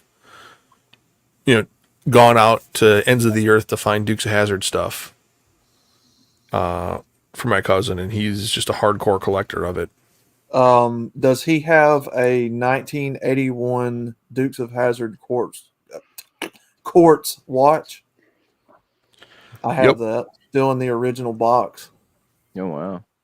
Certificate of authenticity and everything. Yeah, it's the 1981 Dukes of Hazzard quartz watch. Oh, well, if you guys know anybody who's selling Deadpool shit, I'm all about it. No, So, damn. I don't. That was not a movie I really got into, honestly. Well, here's the thing. even- So, I'm talking pre-movie. So, Deadpool came out in like '93. Mm-hmm. I've Okay, liked yeah. him since '94. The Yeah. issue with the movie is once Hollywood gets a hold of anything, the prices of everything fucking skyrockets. Yep. It's Yeah. great. It's great for people who sell them, horrible for fucking collectors. Mm-hmm. Mhm. Because now you can get a New Mutants 98, like I have one, right? But now you can get it signed by a random fucking person and it's worth $1,000. Like, no, the fuck, it's not. Like, if the guy had nothing to do with the story, I probably don't want that comic. Mm-hmm. Right. Yeah. Like, there's this guy, I got into it with a guy at a comic book store at the Crapple Hills Mall up here in Colorado Springs. Because he got in an argument with me. He was like, I was like, oh, you got a Spawn #1 signed by Todd McFarlane. He was like, yeah. I was like, why do you want $500 for it? He goes, because it's Todd McFarlane. I was like, yeah, it's just Todd McFarlane. Yeah. And he rolls his eyes, goes, yeah, it's just him. I was like, I have a full signature Todd McFarlane, which is rarer than that, for not even that much. Yeah. I was like, you just have T. McFarlane. That's a bitch signature. That means that person annoyed the fuck out of him before they got it signed. Mm-hmm. Yeah. Oh, I was like, Yeah. I have the full first name signature. And he's like, well, how long you been doing it? Just like, so, have you guys, there's like 18 different grading companies now. So you have CGC, CBCS, PGX, and a fuck ton of Yeah. others, right? Mm-hmm. Yeah. Yeah. So I brought him this comic book, and he's like, oh, that's CBCS. And I was like, you realize CBCS is actually more preferred now than CBC, just because of pricing. Yeah. Yeah. And he's like, oh, that's not true. And I was like, I've been doing this 20 years. You've been doing it 5 months. Calm down, you cross-eyed Asian. I'm trying to give you a lesson. Yeah. Well, I know a buddy of mine, he is related to a famous baseball player who's now since passed away, who was drafted by the Brooklyn Dodgers in 1934, Mm-hmm. who he's related to. My grandpa almost played for them. So I have multiple baseballs that have been passed from Baseball Hall of Famer to Baseball Hall of Famer, and they've all signed the same baseball. Mm-hmm. Or multiple baseballs actually for me. I gave one to my dad. I gave one to some other people, and they passed away. I got everything back. Just for entertainment values, I took one of these baseballs. I mean, Hank Aaron's signatures on. That's worth money. Mm-hmm. What is it? Old school players. Yeah, golden era type players. Yeah. And the guy looked at me, he goes, I'll give you $500 for the ball. I'm like, And he's like, good luck finding another one of these. And I'm like, give me a second. I'll be back in 20 minutes. And I came back and I put 6 of them on the table. And the guy looks at me and he's like, how do you, he's like, these can't be real. He's like, there's no way you can do this. And I'm like, you see Herm's signature there? He goes, yeah. I said, I gave the ball to Herm. He passed it around everybody he knew who was still alive. Would you like to speak with his grandson? I can call him now. And there's your And the guy goes, and the guy was like, still only give you $500 for it. I'm like, good luck. Like, I just want to know what the ball's worth. I mean, it just depends. Like, so here's the unfortunate thing when it comes to anything signed, whether it's comics, baseballs, basketballs, footballs, anything. Yeah. Right. If you really want to be a dick, and well, it's not even being a dick; it's just being thorough. Take it to an official autograph house and let them certify it. Yep. And what they'll do is they'll look at that one signature and compare it to like 50 others. If it matches at least 1 out of 50, you got a certified gradable baseball, right? Yeah. And at that point, they'll even appraise it for you right there on the spot. I highly recommend you drive there and do it. Do not mail it in, because sometimes that's how shit goes mysteriously missing. Oh, of course. Of course. Like my fucking Stan Lee Spider-Man #1. Ooh. Yeah. That was about an $85,000 comic now. But yeah. So what you do is if it's anything with a signature, right? You just send it to. You can either mail it out, or you can like, what state are you in? I'm in Wisconsin. All right. I guarantee you there's an autograph house somewhere in Wisconsin that can verify any signature ever made. Yeah. Yeah. So once you get it certified and you get a COA, no one can argue with you. And at that point, you can actually set your own price. Yeah. I mean, like my uncle's got a Hank Aaron rookie card signed by Hank Aaron. Yeah. With a COA, and that fucker's worth like $50,000. And it's worth $50,000 because he got it. He had everything looked at, everything got matched up, and you can't argue with it once it's proven. But to offer you $500 for a Hank Aaron baseball, that's just completely asinine. If you should have looked at that guy and been like, I'll tell you what, you slap another 0 on that, I'll consider it. Yeah.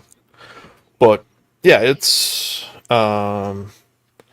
I have people like to gouge because they know the resale value. Yeah. Oh, I know. Oh, trust me, I know. But yeah, I mean, I have my buddy's grandpa. I hung out with him all the time. Dude was always around. Cigar and coffee, almost like every other morning. Always, and every Saturday morning, like hang out and have a cigar and coffee with him, and like hang out and do all. He was just Herm. He was a dude we used to hang out with all the time, and he was just a nice guy. And he would always like, hey Herm, can you have so and so sign this? Oh yeah, let me call him. He like pull out his cell phone, like, hey, Hank, it's Herm. How you been? What are you up to today? If I send you a baseball, will you sign it for me? It's like, just go buy a regular baseball at a sporting goods store, and he'd take it and pass it, or pass it to so and so, pass it to so and so, and this ball would just circulate among all these guys, and they would all sign it. And I have pictures of me hanging out with Herm. Yeah. So one of the funniest things about my grandpa. So he got drafted to the Brooklyn Dodgers in when did the war in Korea start? 1953. No, that was when it ended. I want to say it was 51. Yeah, something like that. Yeah. So it was only 2.5 years. Right. So he got drafted by the Brooklyn Dodgers 2 days before leaving for their training camp. He got drafted by the U.S. Army. Yeah. Oh. That happened to a lot of people, actually. Yeah. Yeah, I know. So yeah, he never got a chance to be a fucking professional athlete. Mm-hmm. I mean, I don't know how much it would have changed anything in course of history, but it turns out, I guess he was a hell of a shortstop in high school and in college. And, you know, and he was from a fucking farm town in Kansas. Yeah. But, you know, that was really cool to hear about. Yeah. Ooh. Did his audio just cut out, or is it just me? I'm thinking his audio cut out. Yeah, I'm hearing some craziness too. And we're at the 3-hour mark, so I'm going to end the live stream, gentlemen. Yeah, all that's right. cool. We can hang out in the back room if you want. All right. So, do you want me to do the countdown timer, or just let us go out with a song playing? Let's do the song. Let's do that. All right. Well, gentlemen, again, if you like any of the music you hear here tonight, that is our one and only Brother Jeffrey Paul. And we will leave out of here by playing, let's see, To Whom It May Concern.